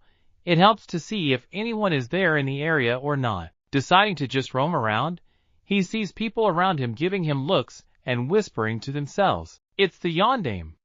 He has come back. No, you idiot. It's the Kyuubi brat. Look at his cheeks. He has changed quite a lot in the past few years. I heard he fought against the One-Tails and beat it. God, he looks so hot. Yeah. And his whiskers look so cute. And that's my cue to leave as quickly as possible. With that, he jumps on top of the buildings and starts running towards Training Ground 7. At Training Ground 7, it is a big ground in the shape of a square. There were 3 posts in it where Kakashi had tied Naruto during the Chunin test. On the left was a small kind of forest, consisting of thick trees and bushes along with a lake near them, while on the right were a couple of trees where a group of people was waiting for Naruto. Sakura had gone and told everyone that Naruto had come back from his training trip. The group was talking amongst each other, while the Sanins and Jonins were in their group, standing close to each other. We will see Naruto after such a long time. How long has it been? 3 years? Asks Ino, curiously waiting for him to arrive. Well, the last time I saw him, he was just an annoying kid who wore an ice or orange jumpsuit. I just hope he has changed a bit, says Temari while Sakura shakes her head, having already seen Naruto. I don't mind you being here, but shouldn't be in Suna or something? Questions Tenten looking directly at her. I am here acting as a liaison between Suna and Konoha, and to coordinate with Shikamaru the details and date of the next Chunin exams. I heard Naruto has come back and Shikamaru made me come along, informs Temari. Shikamaru yawns a bit and says, troublesome woman, don't pin in on me, you wanted to see him also. Just then, a flash of lightning strikes in the middle of the ground revealing it to be Naruto. He got bored one day and then decided to create a lightning Shanshin. Didn't even tell me about it until I saw him use it once, says Jiraiya while not looking at his classmate's shocked face while Shino and Neji just keep neutral faces. When Naruto reaches closer to them, they notice his changes, and it causes Temari, Tenten, and Ino to blush while Hinata has fainted on the ground with a small nosebleed. Kiba gets jealous of Naruto a bit. First, it was Hinata, and now he is making all the women blush. I don't even get what Hinata sees in him. Looking at her, he shakes his head. She still does this, huh? I thought she would have changed after all these years. And then looks at Tsunade to ask, isn't she supposed to be the heiress of the Hyuga clan? Hey! Don't say that. She has improved a lot in these 3 years, and improved her confidence. Kiba defends her and sees Naruto look at her and scoff. Yeah, I can see how much she has improved her confidence, says Naruto. Anyhow, how are all of you? Of course we all are fine. It was you who went out of the village and turned into such a handsome hunk. Look at you. From constantly wearing orange you now have some taste in clothing, exclaims Ino, while Tenten and Temari nod. Well, thank you for the compliment, Yash Naruto-kun. Your flames of youth keep burning brighter. I would like to have a youthful spar with you in the future, shouts Lee. Yeah, Lee, we can have a youthful spar later, replies Naruto. Yash.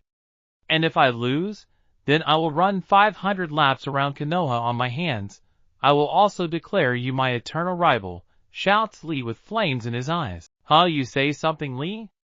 Naruto replies coolly, while inwardly he is smirking at perfectly copying his sensei. Curse your hip and cool attitude, Naruto-kun. I will get you next time, exclaims Lee while hugging an equally loud guy. Well, however cool you act, Naruto, it doesn't matter. All of us are Chunin right now. while Niji and Temari have been promoted to Jonin, you are the only one who is a genin," Kiba informs him while having a grin plastered on his face. Naruto raises his left hand to stop Tsunade from saying anything. "Foolish little Kiba, you don't even know that I got promoted 3 years earlier, and today I will be promoted to Jonin for doing solo missions and killing missing ninjas in the last 3 months. Still, I will humor you. Is that so? What does it matter anyway? Me and Sasuke are both officially Genins according to you, but we both are trained by Sanins, and could beat most of you. I beat you 3 years ago in the preliminaries round of the Chunin exams, and could still do so. It doesn't matter who trained you, you were never good at learning anything. You beat me with pure luck 3 years ago, and I could beat you now easily," states Kiba proudly. "You don't consider yourself stronger than an elite Jonin like Kakashi-sensei, do you, Kiba?" asks Naruto, and receiving a shake of the head in return he turns to Kakashi. "Well then, let's get this started, sensei," nodding to Naruto. Kakashi uses a leaf shunshin to appear in the middle of the ground. Moving towards Tsunade, he removes his full-sleeved red haori with black flames at the end and hands it to Tsunade along with the 2 necklaces, while leaving the women blushing up a storm, with Kurenai having a minor blush seeing him in a skin-tight white t-shirt which showed up his muscles to everyone. Looking at Hinata only to see her faint and be unconscious again. She thinks you are so lucky, Hinata, that you unlike the other girls from your class, but you might want to hurry now, because he will have many girls going after him. If only he was a few years older, I might have been interested in him. He looks like a mini version of the 4th Hokage, upon whom I had a crush till he died. I sometimes envied Kushina-sensei for that. Please hold this for me, Bachan. I don't want anything to happen to these things," says Naruto. Tsunade takes it from him to see a red haori, along with her grandfather's necklace and another silver pendant with it. "What's this, Naruto?" "Oh, that. It contains my parents' picture in it. I had to get it," replies Naruto, making many of his classmates curious when Kiba decides to open his mouth. "You are a clanless loser, Naruto. How can you have parents?"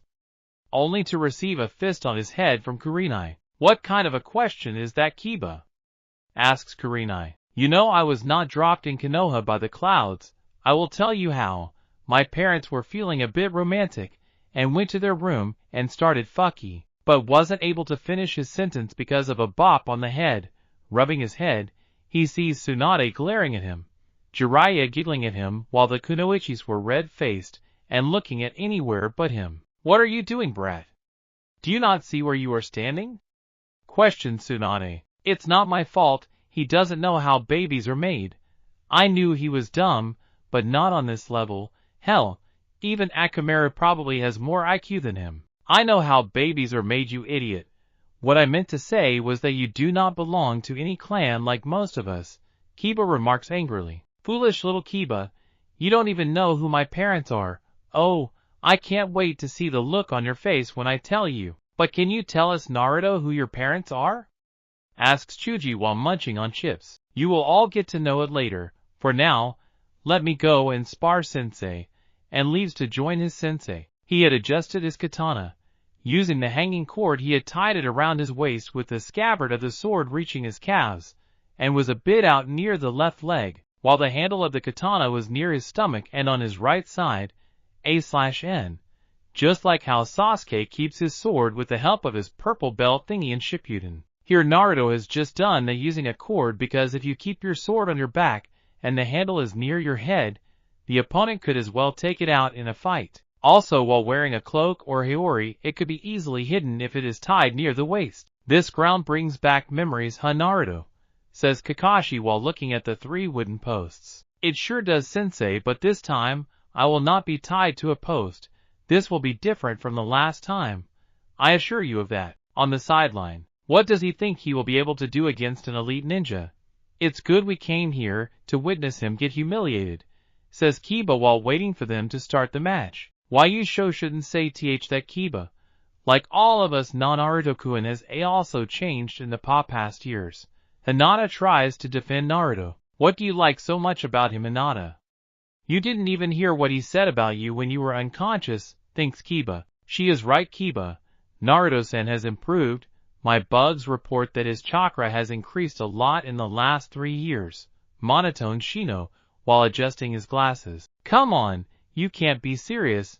Like I said earlier, he is just a Genin, Kiba reminds them. Yeah, he is a Genin who beat you in the preliminaries round.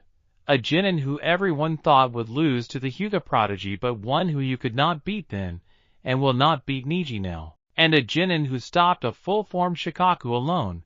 Now shut your mouth and watch them, retorts Temari, effectively shutting up Kiba. In the clearing, I wouldn't have thought otherwise, Naruto, says Kakashi while lifting his headband revealing his Sharingan, and that is why I will be prepared from the start. Smiling to himself, Naruto decides to attack first and rushes in at Jonin-level speed and tries to kick him on the neck, but is blocked by Kakashi's arm. He then goes low to sweep his legs, but Kakashi jumps over it. Seeing him in the air, he extends both his legs forward towards him while using his hands as support. Kakashi flips back in midair, but has to dodge a punch from Naruto, and hits him cross of his right hand, but Naruto blocks it and moves back a bit. Moving in, he tries a right jab at Kakashi, who blocks it with his palm while going for a punch with his other hand. Ducking beneath it, Naruto elbows him in the stomach, making him look down because of it, only to see an uppercut coming from Naruto. But it never hit as Kakashi substituted with log nearby. The back and forth goes on between them for the next 10 minutes, with both of them throwing punches and kicks at each other while dodging and weaving through the attacks. Even though Kakashi was able to see his attacks clearly, Naruto would go in for unpredictable but fast attacks in between, landing a couple of hits on him. Kakashi catches the swing of Naruto's right arm with his left hand. Naruto tries to headbutt him, but Kakashi moved his head to the left and kicks him in the chest, sending him to the ground. Naruto quickly gets up and backflips a couple of times to create some distance. Your taijutsu is very effective, Naruto. You have worked hard to improve it, and are able to land hits on me, remarks Kakashi. You should know this style, sensei. You would have gone against it every day, says Naruto while Kakashi nods. Naruto decides to take it up a notch, and makes a half-ram sign to remove the resistance seal off his legs. Kakashi was barely able to follow Naruto after that.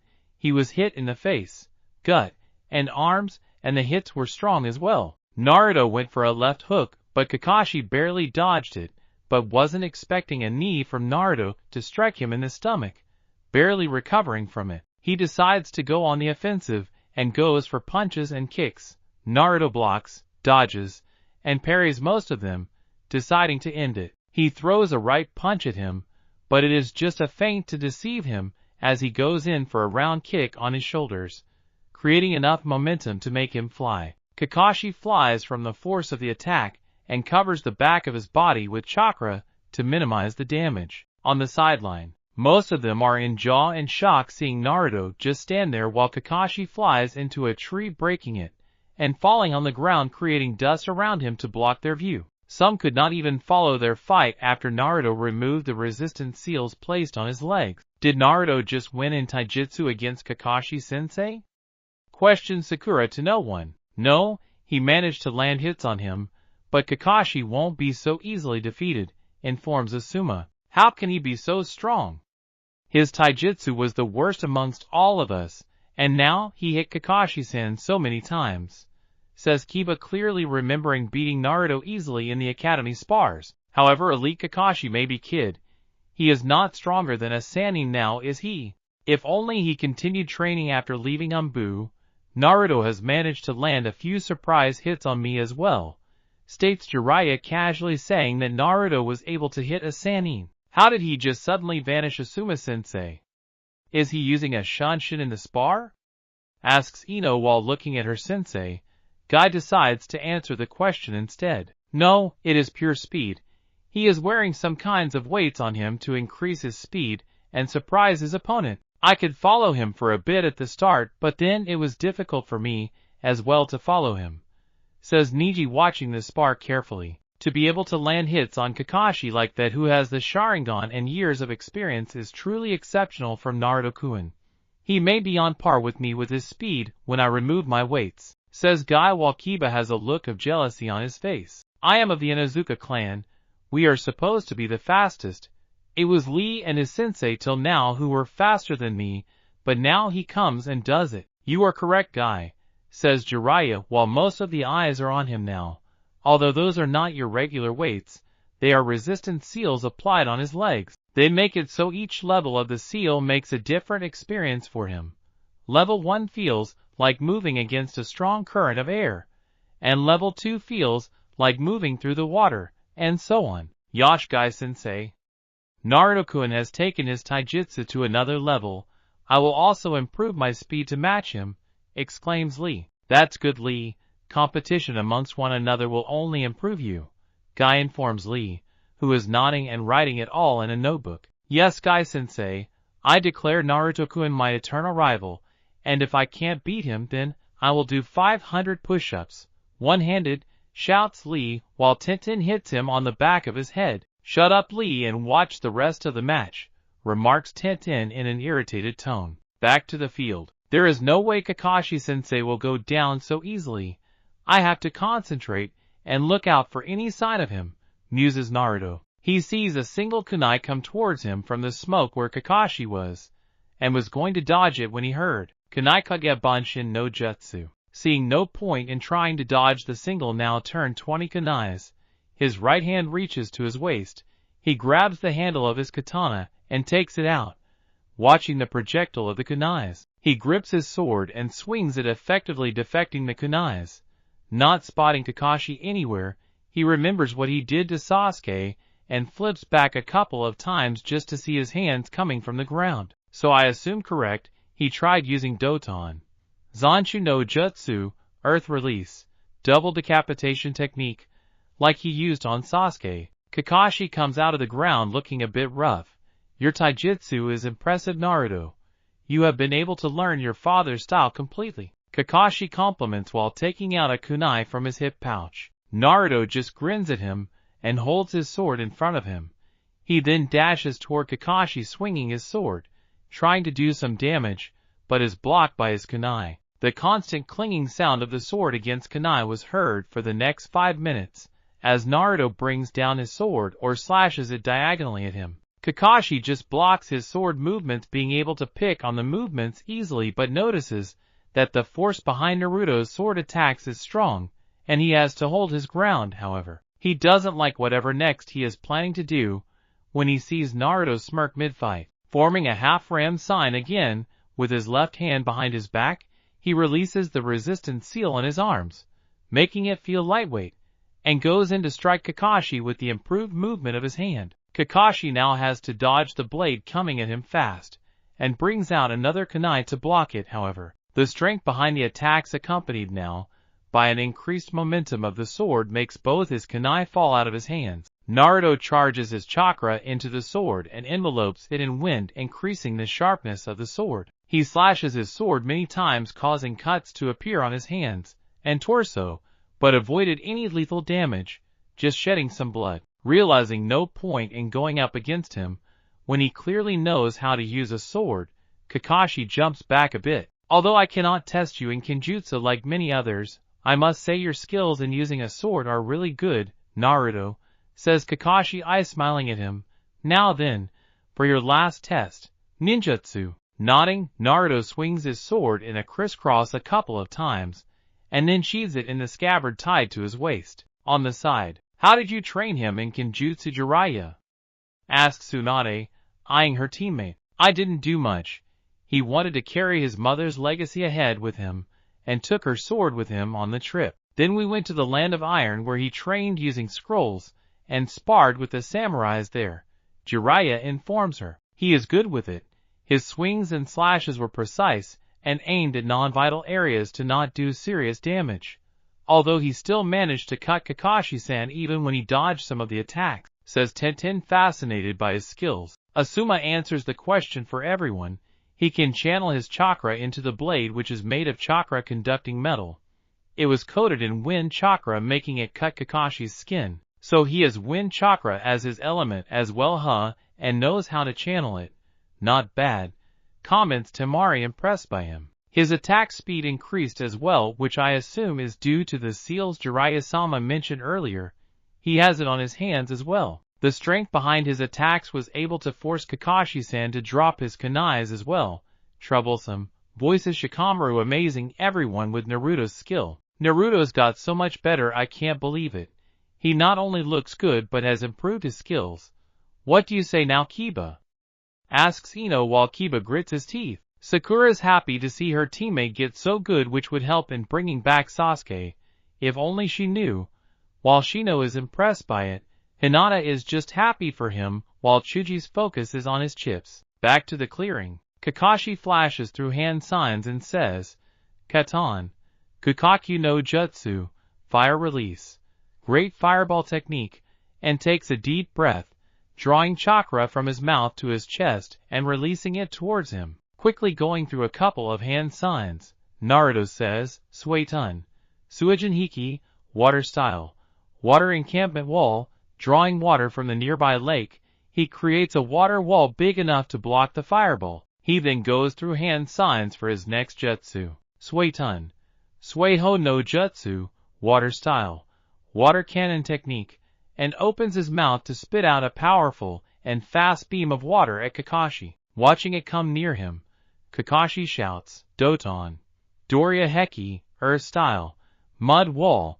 Crouching down, he places his hands on the ground and creates a 10 feet high wall between him and the jutsu. What he doesn't expect is for the water beam to cut through the wall. He jumps to the side just in time to see the water beam cut through a tree after that. Looking at Naruto, he asks, how is that possible? The earth wall should have stopped that beam. Now that would be telling Sensei, and which ninja describes his attack? Naruto asks jokingly, but you are no enemy. The beam is made of boiling water, which can be powerful enough to carve through a stone. To say that Kakashi was not impressed by it would be wrong. Then going through 5 hand seals, quickly ending in a tiger seal, he shouts, Futon, Shinkagyoku, wind style, vacuum bullet, and inhales air, releasing it from his mouth to expel numerous penetrating wind bullets. Kakashi calls out, Katan, Hausenka no Jutsu, fire style, mythical fire phoenix technique, and fires a series of small fireballs in counter to his jutsu. The wind bullet hit them, and cancel each other out, creating a bit of steam. Trying to use the steam to his advantage, Naruto forms a couple of hand seals. Mizutate no Jutsu, water shield technique.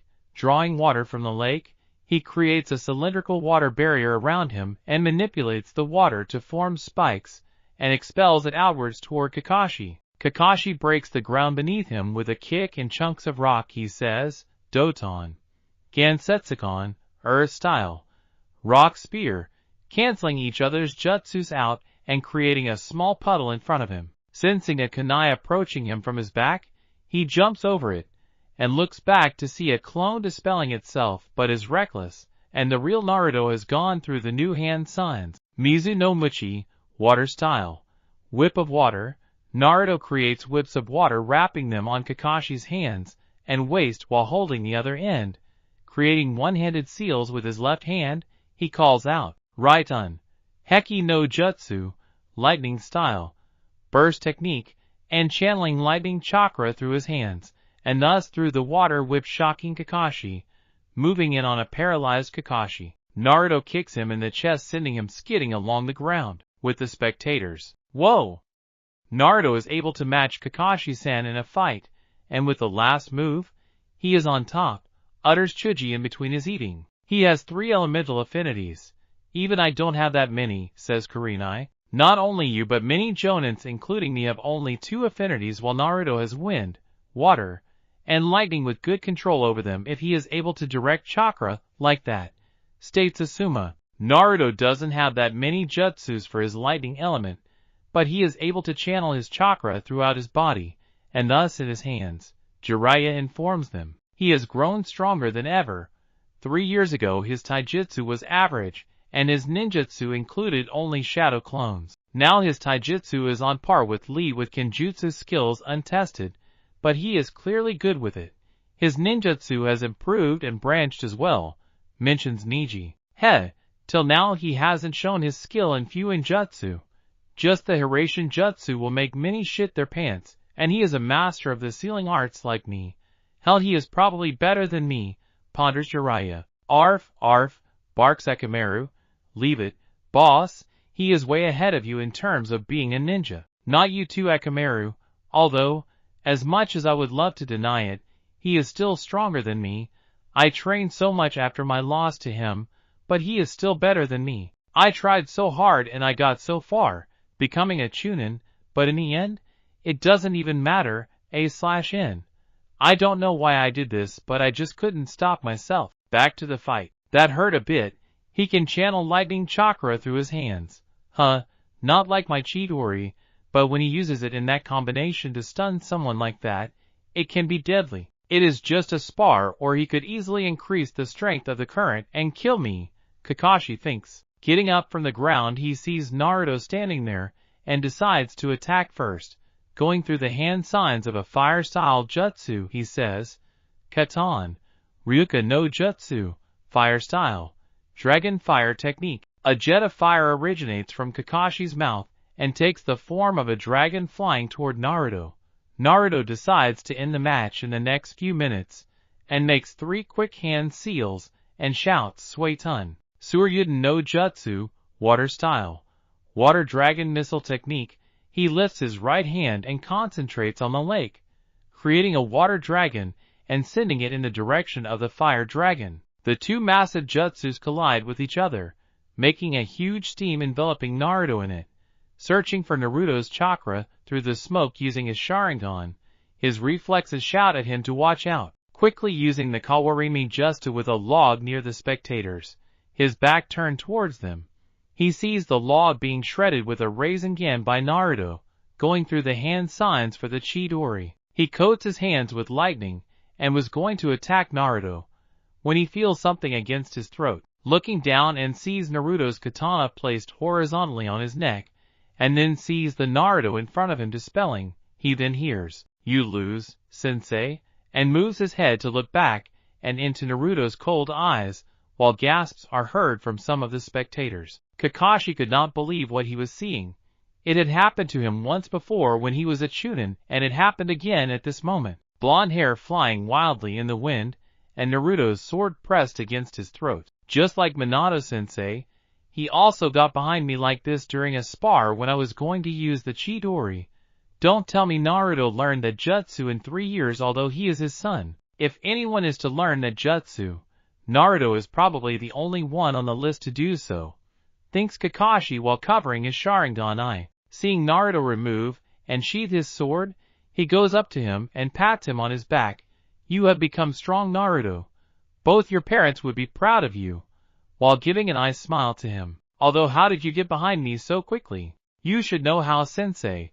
During the taijutsu match when I caught hold of your wrist to stop your movement, I marked you with the Hiraishin seal," responds Naruto, while realization dawns on Kakashi's face. "So you have also become a seal master in these 3 years. Very impressive, Naruto," states Kakashi while they start walking towards the rest of the people present there. Watching both of them nearing, Sakura thinks of approaching Naruto to check on him for any injuries, but Naruto just moves past her without even noticing her. Naruto walks up to Tsunade and puts on his necklace and chain first, and then wears his red haori. "So Bachan, how was it? Are you satisfied with the result of my training?" asks Naruto while the rest of them are close to them. "Satisfied? I didn't expect you to go up against Kakashi and win the spar. Heck, I am also a Sannin and trained a student for 3 years like Jiraiya. But this is madness. Jiraiya, what did you teach him?" questioned Tsunade while looking at him. "Hey, don't blame me. I was just going to teach him a couple of things and go on to research for my book a bit. But he decided that it was time to change and made the plans himself. I just helped him with ninjutsu, gave him tips in taijutsu, checked over his fuinjutsu, and got him a place to train in kenjutsu," replies Jiraiya. "That was so cool, Naruto. You just beat Kakashi-san in a spar, dude," Chuji says while eating a bag of chips. "First of all, it was just a spar, and not a real battle where Kakashi-sensei could have gone all out. Also, Sensei has been slacking in his training and skills ever since he left the Umbu." Kakashi takes out his book and waves his hand at Naruto. "Mama Naruto, I am fine, but thank you for the worry. I am serious, Sensei. The world knows you as Sharingan no Kakashi, who doesn't belong to the Uchiha clan, but can still use it effectively. You made that name for yourself while participating in the Third Ninja War, and then carried that reputation with you in the Umbu. They still respect you in there. But what happened the first time you fought Zabuza? Naruto asked. He got caught in a water prison, but we got him free, and the second time Sensei killed him. Sakura defends him, completely forgetting the fact that she did nothing on the mission, except maybe staring at the Uchiha's ass while Naruto and Sasuke were the ones who saved him. I know that, and don't get me wrong, Sensei, you killed him the second time around. But you should have never been caught in the prison. Wasn't Itachi under your command in the Umbu units? But the last time he put you in the hospital for a week? It may sound harsh, Sensei, but it is high time you lived up to your name. There should be self-doubt and fear in anyone's mind when going up against you. Kakashi ponders on what Naruto said. You are not wrong, Naruto. Maybe it's time I improve myself, and I wouldn't want all my students to surpass me while I am left behind. Now do I? Kakashi says, thinking of accepting one of Guy's challenges in a while. I am impressed with your improvement, Naruto. I was going to give you the Jonin promotion anyways when you returned, but I decided to give it to you after the spar. Tsunade says while Shizen hands him the vest. Wait! He is just a genin. Shouldn't he be promoted to Chunin first? And doesn't one have to give an exam for promotion? Kiba asks, jealousy visible on his face. As a matter of fact, he got promoted to Chunin 3 years ago, before he left for the training trip. He has been a Chunin longer than you, and secondly, Jonin are promoted in 2 ways, either by taking an exam or by direct promotion from the Hokage. Tsunade informs him, and by default everyone. But what did he do to get a direct promotion to Jonin by you? He just beat Kakashi-san in a spar. That is it, Kiba says. See what I am talking about, Sensei? Ninjas like him take you very lightly, thinking that the history books exaggerate your skills. He thinks beating you at a spar is not good enough to see my skills and promote me, Naruto voices. As I was saying before, Naruto got promoted 3 years ago, and during the last 3 months of his trip, Naruto has been doing various solo missions and killing numerous A-ranked missing ninjas from the bingo book, states Tsunade, while Naruto picks up the vest from Shizen and seals it away. His entry in the bingo book is downright bad from the actual skills he possesses, Jiraiya says, catching everyone's interest. He has an entry in the bingo book. What is it that you cannot do, Naruto? Neji asks Naruto, waving his hands in a carefree manner. Naruto says, it's nothing serious. All my skills are based on my performance in the Chunin exams, although it does help if people underestimate me from the beginning. Wouldn't you agree, Neji? Naruto asks cheekily, smiling at him. You learned how to use a sword, Naruto. That is good.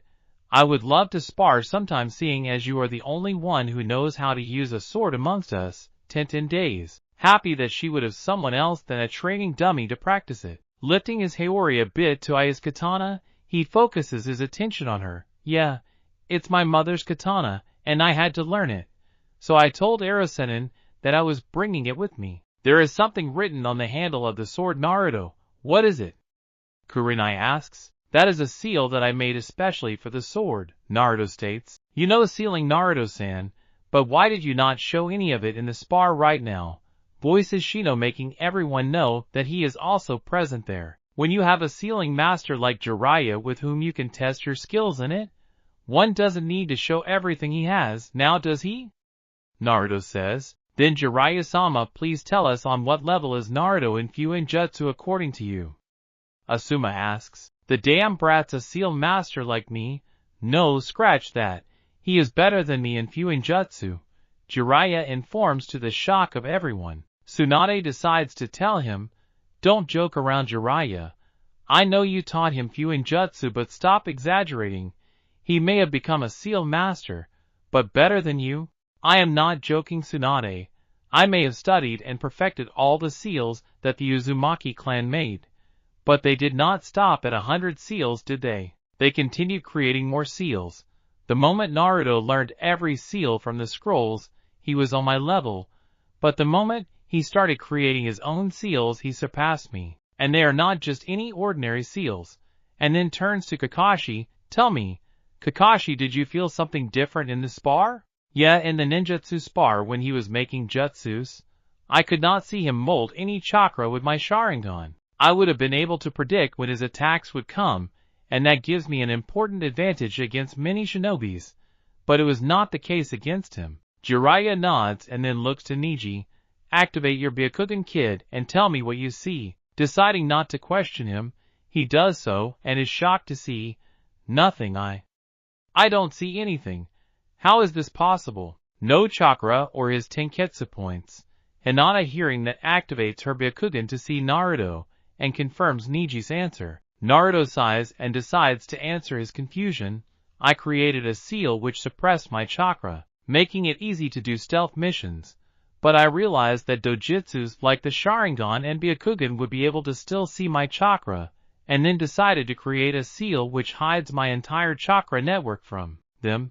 It is like a wall between the eyes and me which cannot be penetrated. Ah, smart, very smart, Naruto. With this seal, a Sharingan user also won't be able to copy your jutsus, Kakashi states. That was the idea behind the seal.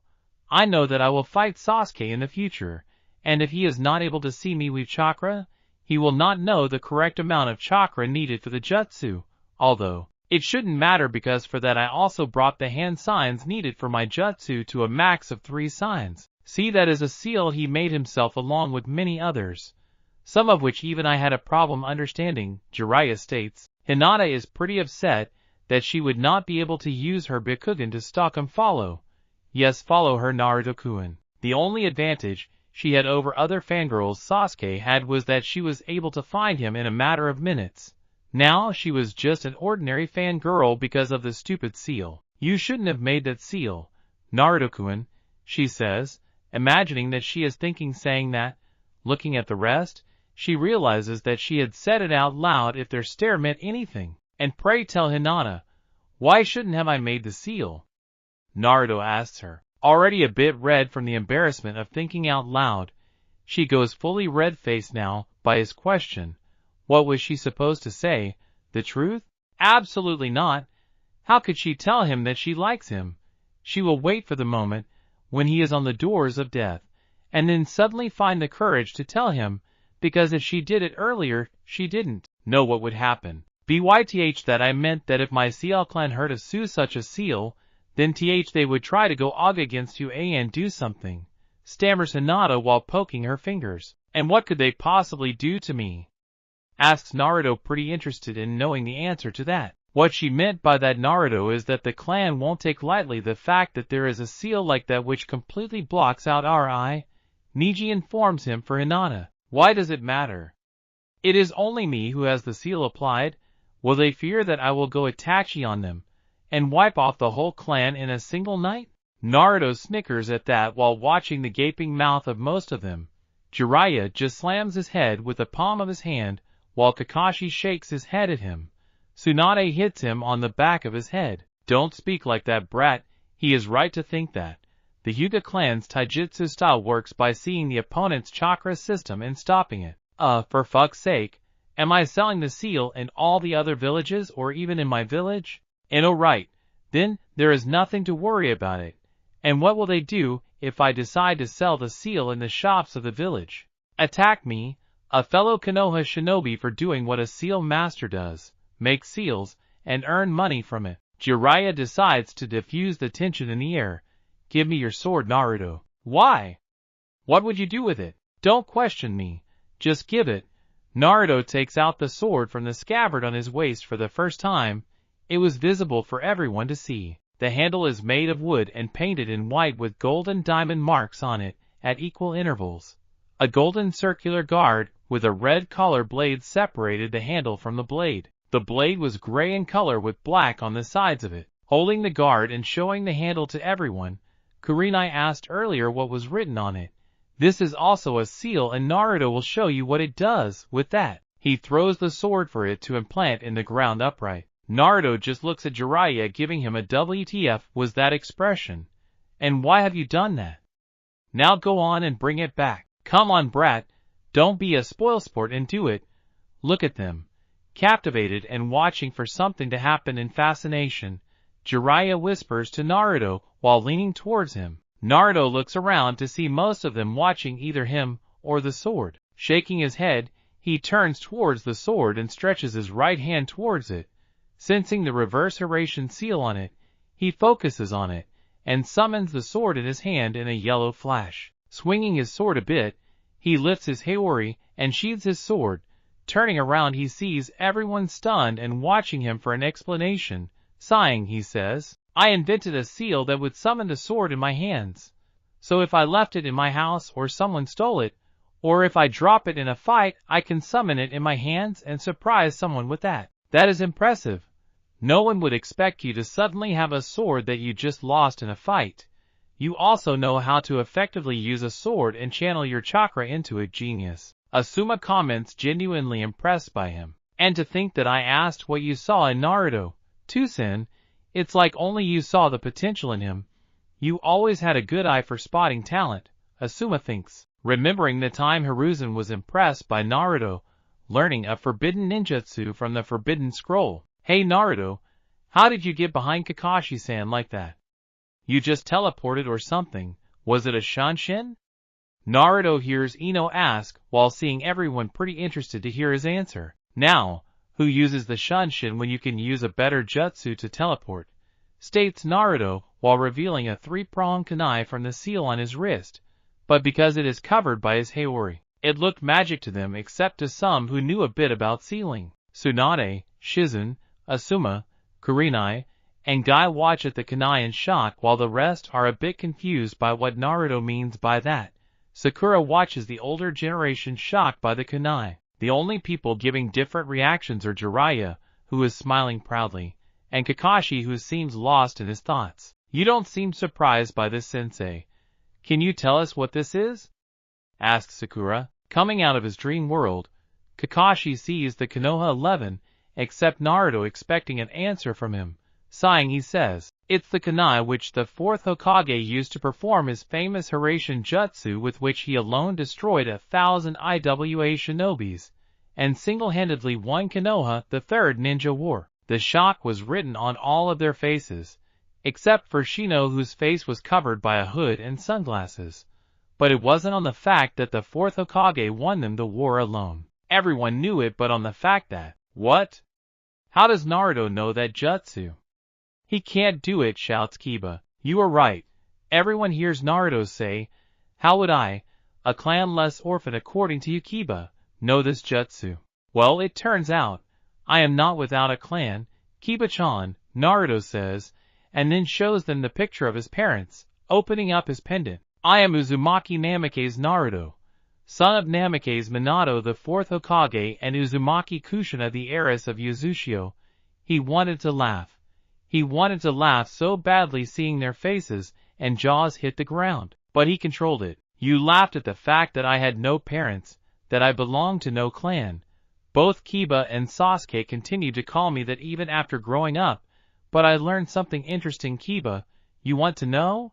asks Naruto, looking at him, while Kiba for once decided to just listen to him. The Uzumaki clan were close relatives to the Senju clan. They considered each other like cousins, but the relationship only got better when Mito Uzumaki married the 1st Hokage, Hashirama Senju. "So you see, I am distantly related to all the Hokages of the village. Bachan here is the granddaughter of Mito Uzumaki and Hashirama Senju, so I am related to Hashirama and Tobirama Senju, the 1st and 2nd Hokage. I saw the Sandaime Hokage as a grandfather, and he also considered me as a grandson in all but blood and treated me like it. And I am the son of the 4th Hokage, the hero of the village who saved Konoha from the Kyuubi, and I call the current Hokage Bachan out of love, but it seems she is my distant aunt or something," informs Naruto, while Tsunade is crying a bit out of happiness that someone from her family is alive. "Do you know what will happen, Kiba, if the village knows of this? I am practically royalty in this village, and to think that they treated the Uchiha prick like that all because his clan died. But I don't need their pity or want them to treat the path I walk on like it's made of gold," says Naruto. Watching them for a minute in silence, he notices the guy Asuma, and Kurenai are stunned by the revelation while the rest of his generation has nothing to say. The cats got their tongue now, huh?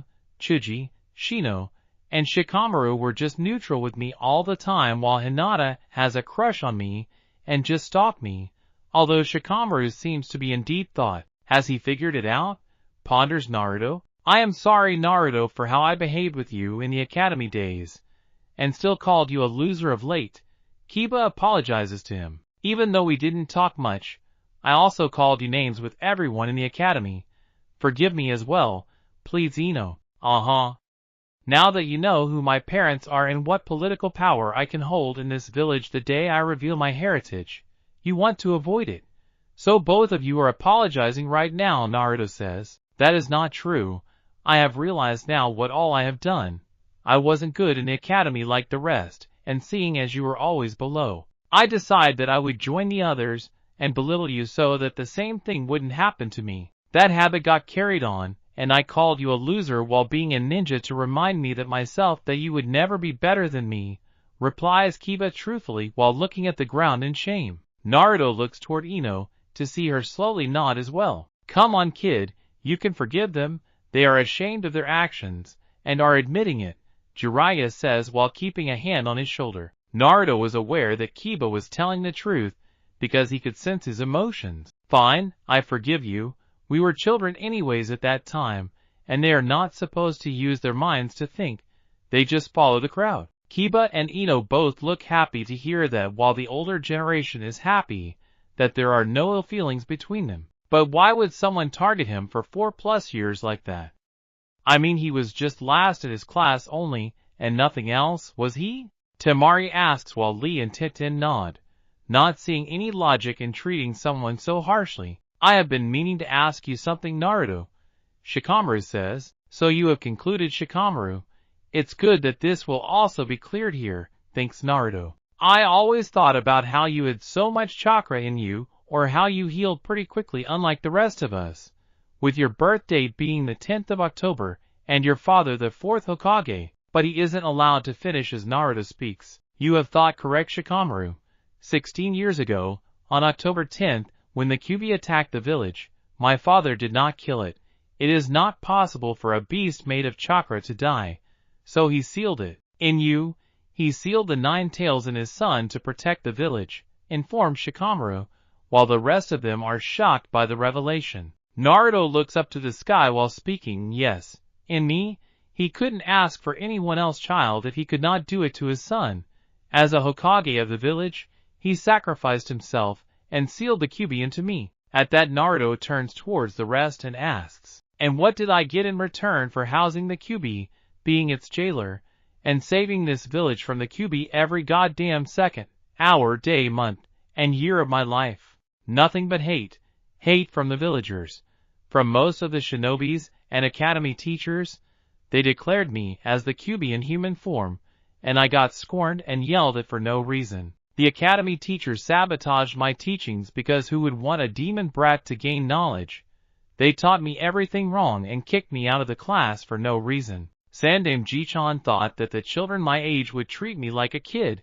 How wrong he was. The kids in my class just followed the teachers and picked on me. My life was hell every day.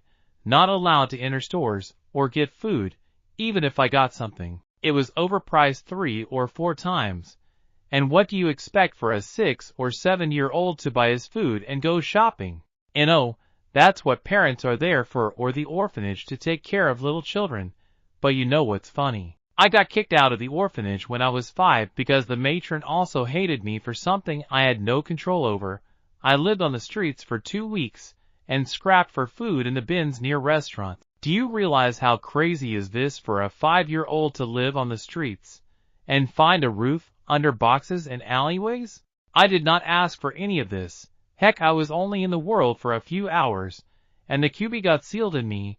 I had absolutely no say over it, says Naruto, closing his eyes as a tear drops on his cheek remembering his past, while most of the females were openly crying hearing all this, and the males were looking everywhere but him. What were they supposed to do in this situation? Even Guy and Lee were standing silently near him. Now that you think of it, if I decided like Sasuke to only follow the path of revenge, I would have also turned out like him, becoming a traitor or a missing ninja. Funny how my parents died to protect this village while their son sought to destroy it. Naruto speaks and senses Asuma, Kurenai, and Guy tensing a bit at that. But if it wasn't for Sandangiji and the father-daughter duo at Ichiraku's who decided to be the only ray of light in the darkness, I don't know where I would have been today. They accepted me as Naruto and not the beast. With that came Irika-sensei, who was the first to declare from the academy that he believed in my naive dream of becoming Hokage. After that, I met Konohamaru and his two friends, who only saw me as their boss and big brother unlike the rest of the pathetic villagers. Now how could I release the bijou with all of them in the village, especially 3 little kids like them? Then I met Kakashi-sensei, who was better than the rest, and Ero-sennin, who taught me something properly all my life. Lastly, I connected with Bachan and Shizune-chan. You lot have no idea of what life I have had to live. Consider yourself very lucky that you have had your parents take care of you, says Naruto, smiling in between while thinking about all of the ones he cares for. And there he goes and declares who he cares for in the village. Sometimes I wonder if something happens to the ones he cares for. Will he stay in the village and protect it? I wouldn't blame him if he goes to desert the village, Jiraiya thinks. But then how could you stay so happy all of the time in the academy, Naruto? If anything, you should have been broody, or something like Sasuke, Chuji asked. That was nothing, just an act. I was a child back then, naive to the last bone. I did not understand why everyone hated me back then, so I decided to grab everyone's attention. I started doing pranks and being loud in class to draw attention. It got me the attention, just negative of what I wanted. I was termed as a loser, loud and annoying kid, but that was fine for me. Anything other than the hate-filled eyes worked for me. It was all just a mask I wore all the time. I am from another village, and most of the villages think that Konoha is a great village because of its victories in war and shinobis, like the Hokages, Sanins, and many others, but who knew that behind all of that the villagers are so blinded by hate. Respectfully, Hokage-sama, you all may be great people, but most of the villagers are fucking stupid, Temari says. To kick out a child no older than 5 and force him out of all the shops, it's just... I don't know what to think about all of this. You have changed my view of Konoha upside down in half an hour, Naruto. I will have to talk to father for a bit regarding this. Shikamaru replies and decides to go on his way home. Seeing him walk away, and nothing to talk about but think about everything they learned today, everyone started leaving after that. Walking up to Kurenai, he asks her, Kurenai-san, is it true that you were on my mother's Jinin team? Yes, I was on her team with 2 other classmates, A/N, about whom we shall nothing about because they are not important to the story. May both of them be happy wherever they are. Amen. Could you tell me about her, on what she was like? I heard about my father from Ero-sennin during my training, inquires Naruto. I would gladly tell you, Naruto. You deserve to know about her after how the village has treated you. Thank you, Kurenai-san. I will meet you in an hour or so. You can just call me Kurenai now, Naruto. We are equal in rank now. And meet me at my house then, Kurenai informs him. Naruto just nods to her and decides to go home and take a warm bath. 30 minutes later, changing into a different set of clothes, he decides to cook himself something to eat. Getting up, he opens the fridge in his kitchen and takes out raw meat and cooks it in oil using salt, pepper, and butter. Inhaling the smell of it, he puts it on a plate and pours himself a glass of juice. Washing the dishes, he checks the time to see that he is 10 before going to Kurenai's house. He leaves his sword hanging on the wall. No need to bring my sword to someone's house. Looking like ready to fight her also. People will find me weird if I constantly roam with it. I could just summon it if need be. Stepping out of his house, he starts walking. After 5 minutes of randomly walking and spotting children playing in the parks, he turns and walks towards Kurenai's house. The desert's near Suna. 2 people wearing black cloaks with red clouds on them could be seen walking towards Suna. Their heads were covered with straw hats that hid their face, and the only way to tell them apart was from their height. The one on the left was tall, and while the one beside him was hunched over. So, we have to get this guy and then go after the spy you have working for Orochimaru? The taller of the 2 asks. Yes, Those are our orders. But we don't even know if that man has turned against us and told Orochimaru everything. That can't be helped. Even I don't know what happens after the jutsu is cast. More importantly, will just the bag be enough? We will be fighting a Jinchuriki here. All my jutsu are works of art. After all, true art is an explosion. At Kurenai's house, Kurenai was sitting on her couch, reading a magazine when she hears a knock on her door. Putting down the magazine, she gets up and opens the door to see Naruto standing there with a smile. She feels heat rise up her cheeks as she checks his outfit. Oh God, he had to go and wear a blue t-shirt with a Jonin vest above it. If his face didn't remind me of my crush since my academy days, then now his clothing surely does. Kurenai thinks, blushing madly, remembering the fourth Hokage. Naruto raises an eyebrow on seeing her face, and wonders if she has a crush on him like her student, but quickly decides against it, and clears his thought. Are you alright, Kurenai-san? You look a bit red, he asks. I am fine, nothing wrong. Please come in, Kurenai says, quickly trying to hide her embarrassment, and steps aside for him to walk in. Walking in, he looks around to see a trio of couches near the wall, with a stand for magazines nearby it, and a kitchen on the left of the sofas. Please sit, Naruto. I will make some coffee for you. Naruto looks at her and nods. Sitting down on the couch, he picks up a random magazine to read for a bit. Hearing a clattering sound, he turns to see a spoon hit the floor. He spots Kurenai bend a bit, her butts towards him to see. Watching it for a second, he quickly averts his gaze from them. What am I doing? I shouldn't have stared at it. Thank heaven she didn't catch me looking. Although her black hair with Uchiha-like red eyes makes her beautiful, with that figure of hers, no wonder she is one of the most desirable women in the village. Naruto thinks, and looks back to see Kurenai coming towards him with a tray. Keeping the tray on the table, she picks up the container and pours coffee into different glasses for both of them. She then asks him, What's with the change in clothes, Naruto? Not that I don't like it. So you like seeing me in this, huh?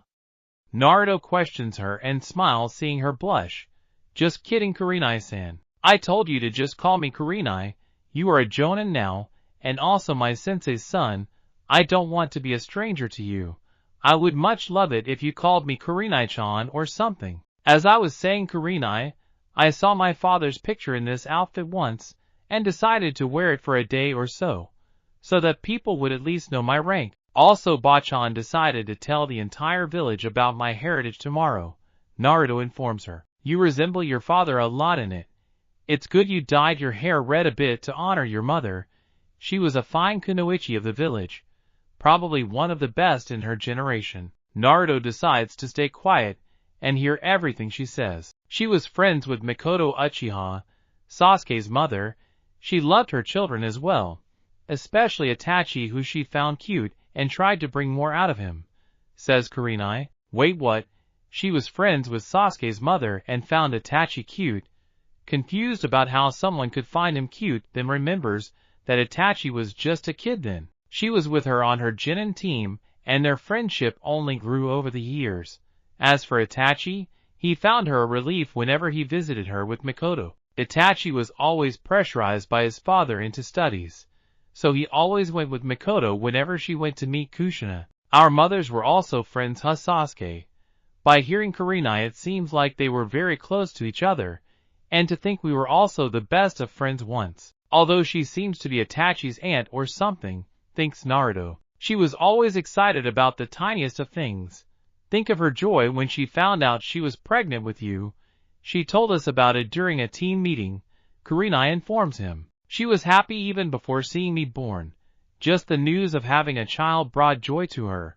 Tsunade would also have been happy, and she never discouraged anyone to do something. When I told her that I wanted to excel in Jinjutsu, she always supported me and helped me in any way possible. She is generally cheery, but when someone threatens something precious to her, she doesn't leave that person alive, Kurenai says. I thought that this village did not deserve me, but only a few people were important in it. I did not know what I would do if something happened to all of them, but maybe I will protect this village like Tsunade and Kaachan would have wanted me to, Naruto says while Kurenai smiles at that. Kurenai gets up and takes the plates to the kitchen to wash for later, coming back to sit and talk a bit to know her sensei's son this time properly. Her leg hits the back of the table leg, and she falls on Naruto, who catches her, but falls on the sofa. With his head and back pressed on the couch and Kurenai on top, he looks deeply into her eyes and says, going through a few hand seals, his hand gets covered in a green aura and activates an anti-pregnancy jutsu.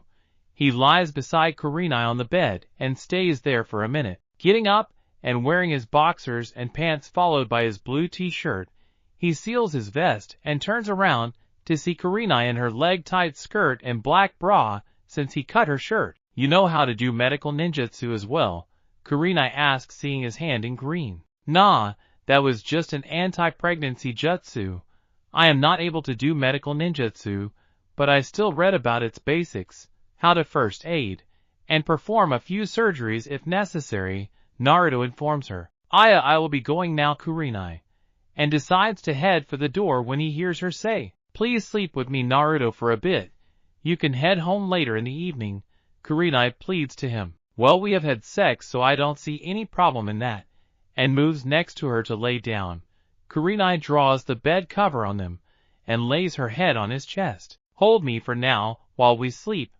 Naruto smiles at her and slips his left hand on her back and pulls her towards him. He kisses her on the lips for a few seconds and then closes his eyes. Kurenai sighs and proceeds to sleep while holding him. 3 hours later, around 7 in the evening, Naruto opens his eyes slowly and yawns, only to realize that some weight dead on his chest. Looking sideways, he sees Kurenai peacefully sleeping and remembers how he got here. He sees her only in a black bra holding her lovely breasts and kisses her forehead slightly.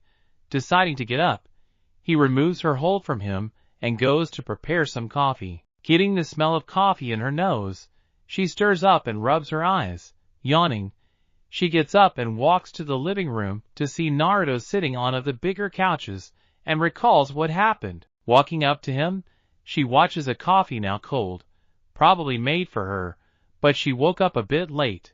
Removing the magazine from his hands, she sits on his lap and presses her back against his chest while moving his hands to hold her naked stomach. Not that I mind it, but why are you not wearing a top or something? Naruto asks, seeing her only in a bra. I don't mind. You have already seen me naked, now be quiet and hold me. We are no boyfriend-girlfriend, then why are you making me hold you? Naruto asks. Kurenai sighs at her ruined mood and turns towards him. I thought about something in my sleep, and I have decided on it. Do tell me what you have decided. Naruto asks her while she turns around and places her head on his shoulder. Naruto strengthens his hold on her and brings her body closer. I make you my brother from now, of course. It is not official or something, but I make you one. Naruto dumbly at her for a moment and then asks, and why would you do that? Did we not have sex some hours ago? Yes, Naruto-chan. He gags a bit at that name, and since we can't be in a love relation, I want some relation with you. So why not one of siblings? And it's not like we will continue having sex. It was a one-time thing, mister. She says the last part, glaring at him. Of course, ma'am. I didn't even think of having sex again, Naruto informs her and sighs silently when she looks away. Brilliant. From now on you will call me Kurenai-chan and hug and kiss my cheek in the public, whenever and wherever you see me, she informs him. What the fuck? Why would I do that, and that too in public? Because I am your big sister, and you can show her some love and affection, won't you? She says as she turns around to look at him teary-eyed. Not able to see her like that, he replies. Fine, you win. I will do it. Kurenai giggles happily at that. Damn it. Women are so troublesome. She just had sex with me, and now asks me to be her little brother, and shit. Upon this she makes the demand of hugging and kissing her. You can never tell what is going inside a woman's mind, Naruto thinks. And lastly, you have to keep your sister happy, which means accepting whatever she says, and holding her like this whenever she asks, and comforting her. Naruto sighs at this, and wonders how he got into the whole predicament. I should have just said no to her when she asked me to have sex. To the outside world she is so serious and cold to men, but who knew she could make demands like this? although she lost both her parents around my age and has been living alone since. Maybe she wants to connect with me because of Kaa-chan, Naruto muses. I can't say no to these demands now, can I? He asks her only to get a shake of the head in return. Fine then, Kurenai-chan. I will do as you say to keep you happy. Kurenai quickly turns around and hugs him tightly while Naruto holds her and hears her sniff a bit. She is crying. She is very vulnerable on the inside, as she wants someone with her generally, and someone could easily take advantage of her if he comes to look at her like this. I just accepted it to make you happy, but I think that I might have to take the role seriously. And Nachan, Naruto thinks and smiles to himself at the thought, while stroking her back and hair softly. She holds on to him a bit, enjoying the feeling of care. She then removes herself from the hug. Now. I don't want to see crying so much, do I, Nachan? Naruto asks her, instantly lifting her mood on hearing that. I wanted to tell you something, Naruto, Kurenai says while keeping her hands on top of his. Hearing Naruto hum in response, she tells him, do you know that Hinata has liked you since she has been a child? Well, I didn't know it always, but I noticed it while reading some romance novels and realized that she has feelings for me, Naruto informs her. Kurenai waits for him to say something, but after 10 to 15 seconds of silence, she turns her head to look at him. That's it, you have nothing else to say to that. Naruto raises his eyebrow a bit in confusion at that and speaks. What exactly am I to say to that? She likes me, but I do not like her. Is it necessary for me to like her if she has feelings for me? If that is true, then why did Sakura not love me when I had a crush on her? Naruto asks her. Having no reply to his question, she remains to be silent for a few seconds. She will be really heartbroken, Naruto. She has seen you as her strength since she was little. Why is that? What did I do? Well, she told me that she was getting bullied once, and you saved her when you took on 3 boys and got beaten. Anyone with the right mind would protect someone who is getting bullied. I was just there at that time, and she just sees me as a source of strength and likes to think that if I am near her, she will be able to be strong. Don't say it like that. She genuinely likes you and probably loves you. And? What I feel in this matter doesn't matter. I know you are her sensei, but is it my job to like her and keep her satisfied? Am I her pet? Do I have no right to choose who I love? Naruto asks her and watches as she tries to comprehend everything. Then what will you do? I cannot tell her that you don't like her. Who says anything about telling her? If she really loves me, then she wouldn't be shy and weird and talk to me. Maybe I would have ended up liking her, but she was never there for me. Just stalked and followed me like a creep with that Byakugan of hers. And when she tells me about her feelings, I will tell her all of this that I told you. Otherwise she can watch me as much as she wants and be stuck having a crush on me for the rest of her life. Kurenai feels a bit upset about that, but understands things from his view as well. Seeing her a bit sad, he sighs and says, rest up for the night. We have had a wild day today. He jokes, trying to distract her from the topic. Carry me to my room, Kurenai asks him and smiles, seeing him sigh a bit and pick her up by the knees and waist, placing her on the bed. He covers her and decides that it's finally time to leave, but is stopped by her hand. You are forgetting something, Naruto-chan, and taps her cheeks a bit. He goes down to her level and kisses both her cheek, watching her smile peacefully. Oh, and don't mention any of this that happened today to anyone.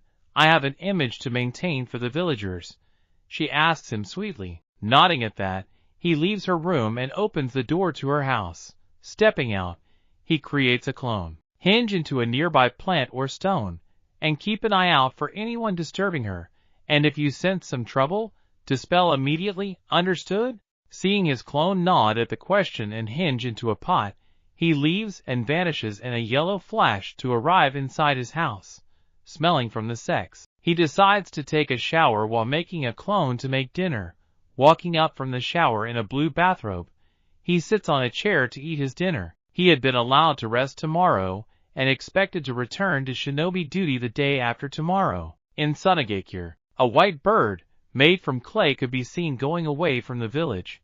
Upon a closer look, you could see Deidara standing on top of it, while its tail had an unconscious Gaara wrapped in it. My man Sasori would be tired of waiting for me. HN, Deidara says to himself. Kankuro starts running towards him, trying to chase and stop him from taking Gaara alive. Mission accomplished, Sasori, Deidara tells him, while the bird descends near him. You are late. I told you not to keep me waiting. Cut me some slack. This guy was pretty strong. I guess they didn't make him the Kazekage at such a young age for no reason, Deidara informs him. A large explosion could be heard behind them, blocking the way for shinobis to get in and out of Suna easily. It looks like they fell for your trap, Sasori my man. Of course, traps are made to be fallen into. Kankuro sets himself free from the stones using a puppet summon, and sees the footmark of 2 people in the sand. There were 2 of them here. One attacked the village and took Gaara while the other took care of our village border. Will I be able to defeat even one of them? No, it doesn't matter. I have to try for Gaara. And runs to catch up to them, while Baki was ordering the village for now, and asked to send an emergency mission for the Leaf Village. Sasori suddenly stops on his way, resulting in Deidara stopping and asking him, What is it, Sasori my man? I never thought that someone would be able to follow us.